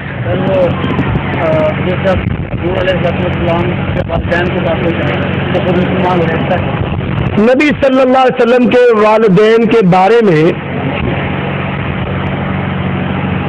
علماء کے 2 گروہ ہیں ہر طبقے میں. یہ بات ذہن میں رکھ لیں، ہر طبقے میں علماء اہل حدیث میں سے میر ابراہیم سالکوٹی رحمۃ اللہ علیہ نے ان کے ایمان پر کتاب لکھی ہے. سن لیں، کوکب نورانی اوکاڑوی، مفتی شفیع اوکاڑوی کے بیٹے، انہوں نے والدین رسالت معاب کتاب لکھی ہے. اس کے اندر لکھا ہے کہ قدماء متقدمین 3 صدیوں کے ائمہ محدثین کا یہ موقف ہے کہ وہ اسلام پر نہیں. یہ کوکب اوکاڑوی صاحب نے لکھا ہے، ذرا سن لیں. بریلوی عالم ہے، بریلوی عالم ہے. اسی طرح شرح فقہ اکبر کے اندر یہ بات لکھی ہے امام ابو حنیفہ رحمۃ اللہ علیہ. تو اہل الحدیث کا موقف ان کے بارے میں خاموشی ہے کہ وہ گزر گئے، ان کے بارے میں ہم سے سوال نہیں ہوگا. لیکن یہ جو شدت اختیار کرنے والے ہیں یہ سوچ لیں کہ یہ جو تم گالیاں دیتے ہو یہ محدثین کو گالیاں پڑیں گی. جیسے امام ابن ماجہ رحمۃ اللہ علیہ نے سنن ابن ماجہ میں باب باندھا ہے، باب ما جاء فی زیارت قبور المشرکین. تو اس باب کے تحت جو حدیث لے کر آئے ہیں وہ آپ جا کر پڑھ لیں. تو اہل حدیثوں کے خلاف یہ پراپوگنڈا کرنا، پہلے آپ اپنا گھر تو دیکھیں کہ آپ کے گھر میں کئی علماء کا یہ موقف ہے، اور آپ یہ بھی دیکھیں کہ اہل حدیث علماء میں کئی کا موقف ہے کہ وہ ایمان پر فوت ہوئے ہیں. جیسے میں نے کتاب کا حوالہ دیا ہے. تو جو امت کے اندر شروع سے مختلف ہی مسئلہ چلتا آ رہا ہے، اس کی بنیاد پر اہل حدیثوں کو گندی لنگی گالیاں دینا یہ کہاں کا انصاف ہے؟ کیا خیال ہے؟ کوئی اور بات ہے تو وہ بھی پوچھ لیں.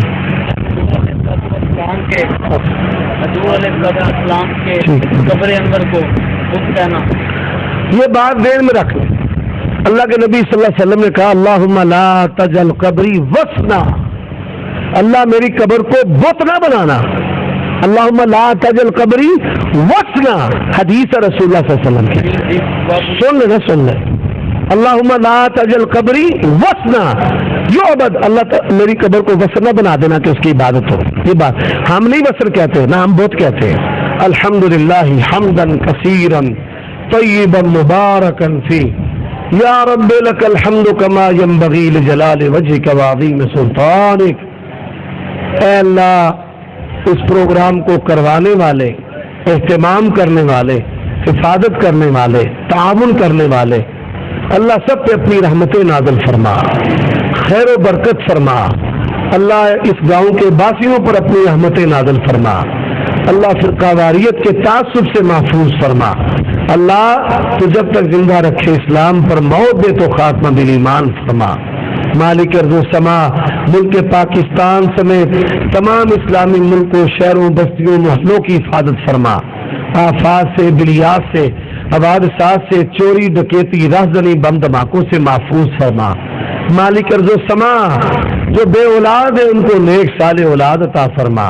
جو بیٹے کی نعمت سے محروم ہے ان کو بیٹے کی نعمت عطا فرما. اللہ جن کے گھر اپنے نہیں ان کو گھر عطا فرما، جن کے کاروبار نہیں ان کو کاروبار عطا فرما. مالک ارض و سما کاروباری پریشانیوں میں جو مبتلا ہیں ان کی کاروباری پریشانیاں دور فرما. مقروضوں کو قرض سے نجات عطا فرما. نیک خواہشات پوری فرما. اے اللہ ہماری اولادوں کو آنکھوں کی ٹھنڈک بنا، خامدوں کے لیے بیویوں کو اور بیویوں کے لیے خامدوں کو آنکھوں کی ٹھنڈک بنا. مالک ارض و سما ہماری ماؤں پہ اپنی رحمتیں نازل فرما. ہماری خواتین پر، عورتوں پہ اپنی رحمتیں نازل فرما. ننہال پہ، ددیال پہ اپنی رحمتیں نازل فرما. اللہ ہمارے والدین کے عزیز و اقارب پر اپنی رحمتیں نازل فرما. جو دنیا سے چلے گئے ان کی قبروں کو جنت کے باغوں سے باغ بنا. مالک ارض و سما جو دنیا سے چلے گئے ان کی قبروں کو جنت کے باغوں سے باغ بنا. اے اللہ ہم تیرے گناہ گار بندے ہیں، ہمارے گناہ معاف فرما. اللہ گناہوں کی وجہ سے جو سختیاں دور فرما. اللہ گناہوں کی وجہ سے جو آزمائشیں دور فرما. گناہوں کی وجہ سے جو فتنے اللہ محفوظ فرما. اے اللہ اس گاؤں کے لوگوں کو اتحاد اور اتفاق نصیب فرما. اے اللہ ان کے دلوں سے بغض کو، حسد کو، کینے پاک اور صاف کر دے. اے اللہ جو مذہبی اشتعال ہے اس سے ختم کر دے. اللہ ان کو صبر و حلم کے ساتھ، بردباری کے ساتھ باہم ایک دوسرے کی عزت کرنے کی توفیق عطا فرما. اللہ معزز وہی ہے جسے تو عزت دے. اللہ توحید و سنت کے ساتھ ہمیں دنیا و آخرت میں عزت عطا فرما. اے اللہ ذلیل وہی ہے جس کو تو ذلیل کرے، جو تیرے دین کو ذلیل کرنے والے ہیں ان کو تو ذلیل فرما. اللہم اعز الاسلام والمسلمین، اللہم اخذ الشرک والمشرکین. اے اللہ جو ہدایت سے دور ہیں ان کو ہدایت نصیب فرما. اللہ ہماری آنکھ کو رونے والا بنا، زبان کو ذکر کرنے والا بنا. اللہ دل کو ڈرنے والا بنا، دماغ کو فکر کرنے والا بنا، کھلڑی کو اپنے ڈر سے کام جانے والا بنا. اے اللہ ہم تیرے گناہ گار بندے ہیں، دنیا بھی ہماری بہتر بنا، آخرت بھی بہتر بنا. مالک ارض و سما ہمارے بھائی شوکت حیات اور ان کے جو عزیز و اقارب ہیں ان کی یہ محنت اپنی بارگاہ میں قبول و منظور فرما. اللہ ان کے دست و بازو بننے والے، ان کے ساتھ تعاون کرنے والے ان پہ اپنی رحمتیں نازل فرما. اے اللہ جو لوگ اس گاؤں کے حالات کو خراب کرنا چاہتے ہیں اللہ تو ان کو بھی ہدایت نصیب فرما، ان کو کبھی بھی آپس میں لڑانے نہ دینا، نہ لڑنے دینا، اللہ ان کو اپنی اور اپنے نبی کی محبت پر ہمیشہ جمع رکھنا، دین کے لیے ان کا سینہ کھول دے اللہ، دین کے لیے توحید و سنت کے لیے ان کو ہدایت نصیب فرما، اور اسی ہدایت پر اللہ ہمیں سب کو گامزن رکھنا، اور اسی پر ہمیں زندگی اور اسی پر ہمیں موت دینا۔ اللہ ہماری دعا قبول فرما۔ ربنا آتنا فی الدنیا حسنۃ وفی الآخرۃ حسنۃ وقنا عذاب النار۔ صلی اللہ تعالی علی خیر خلقہ محمد وآلہ وصحبہ اجمعین۔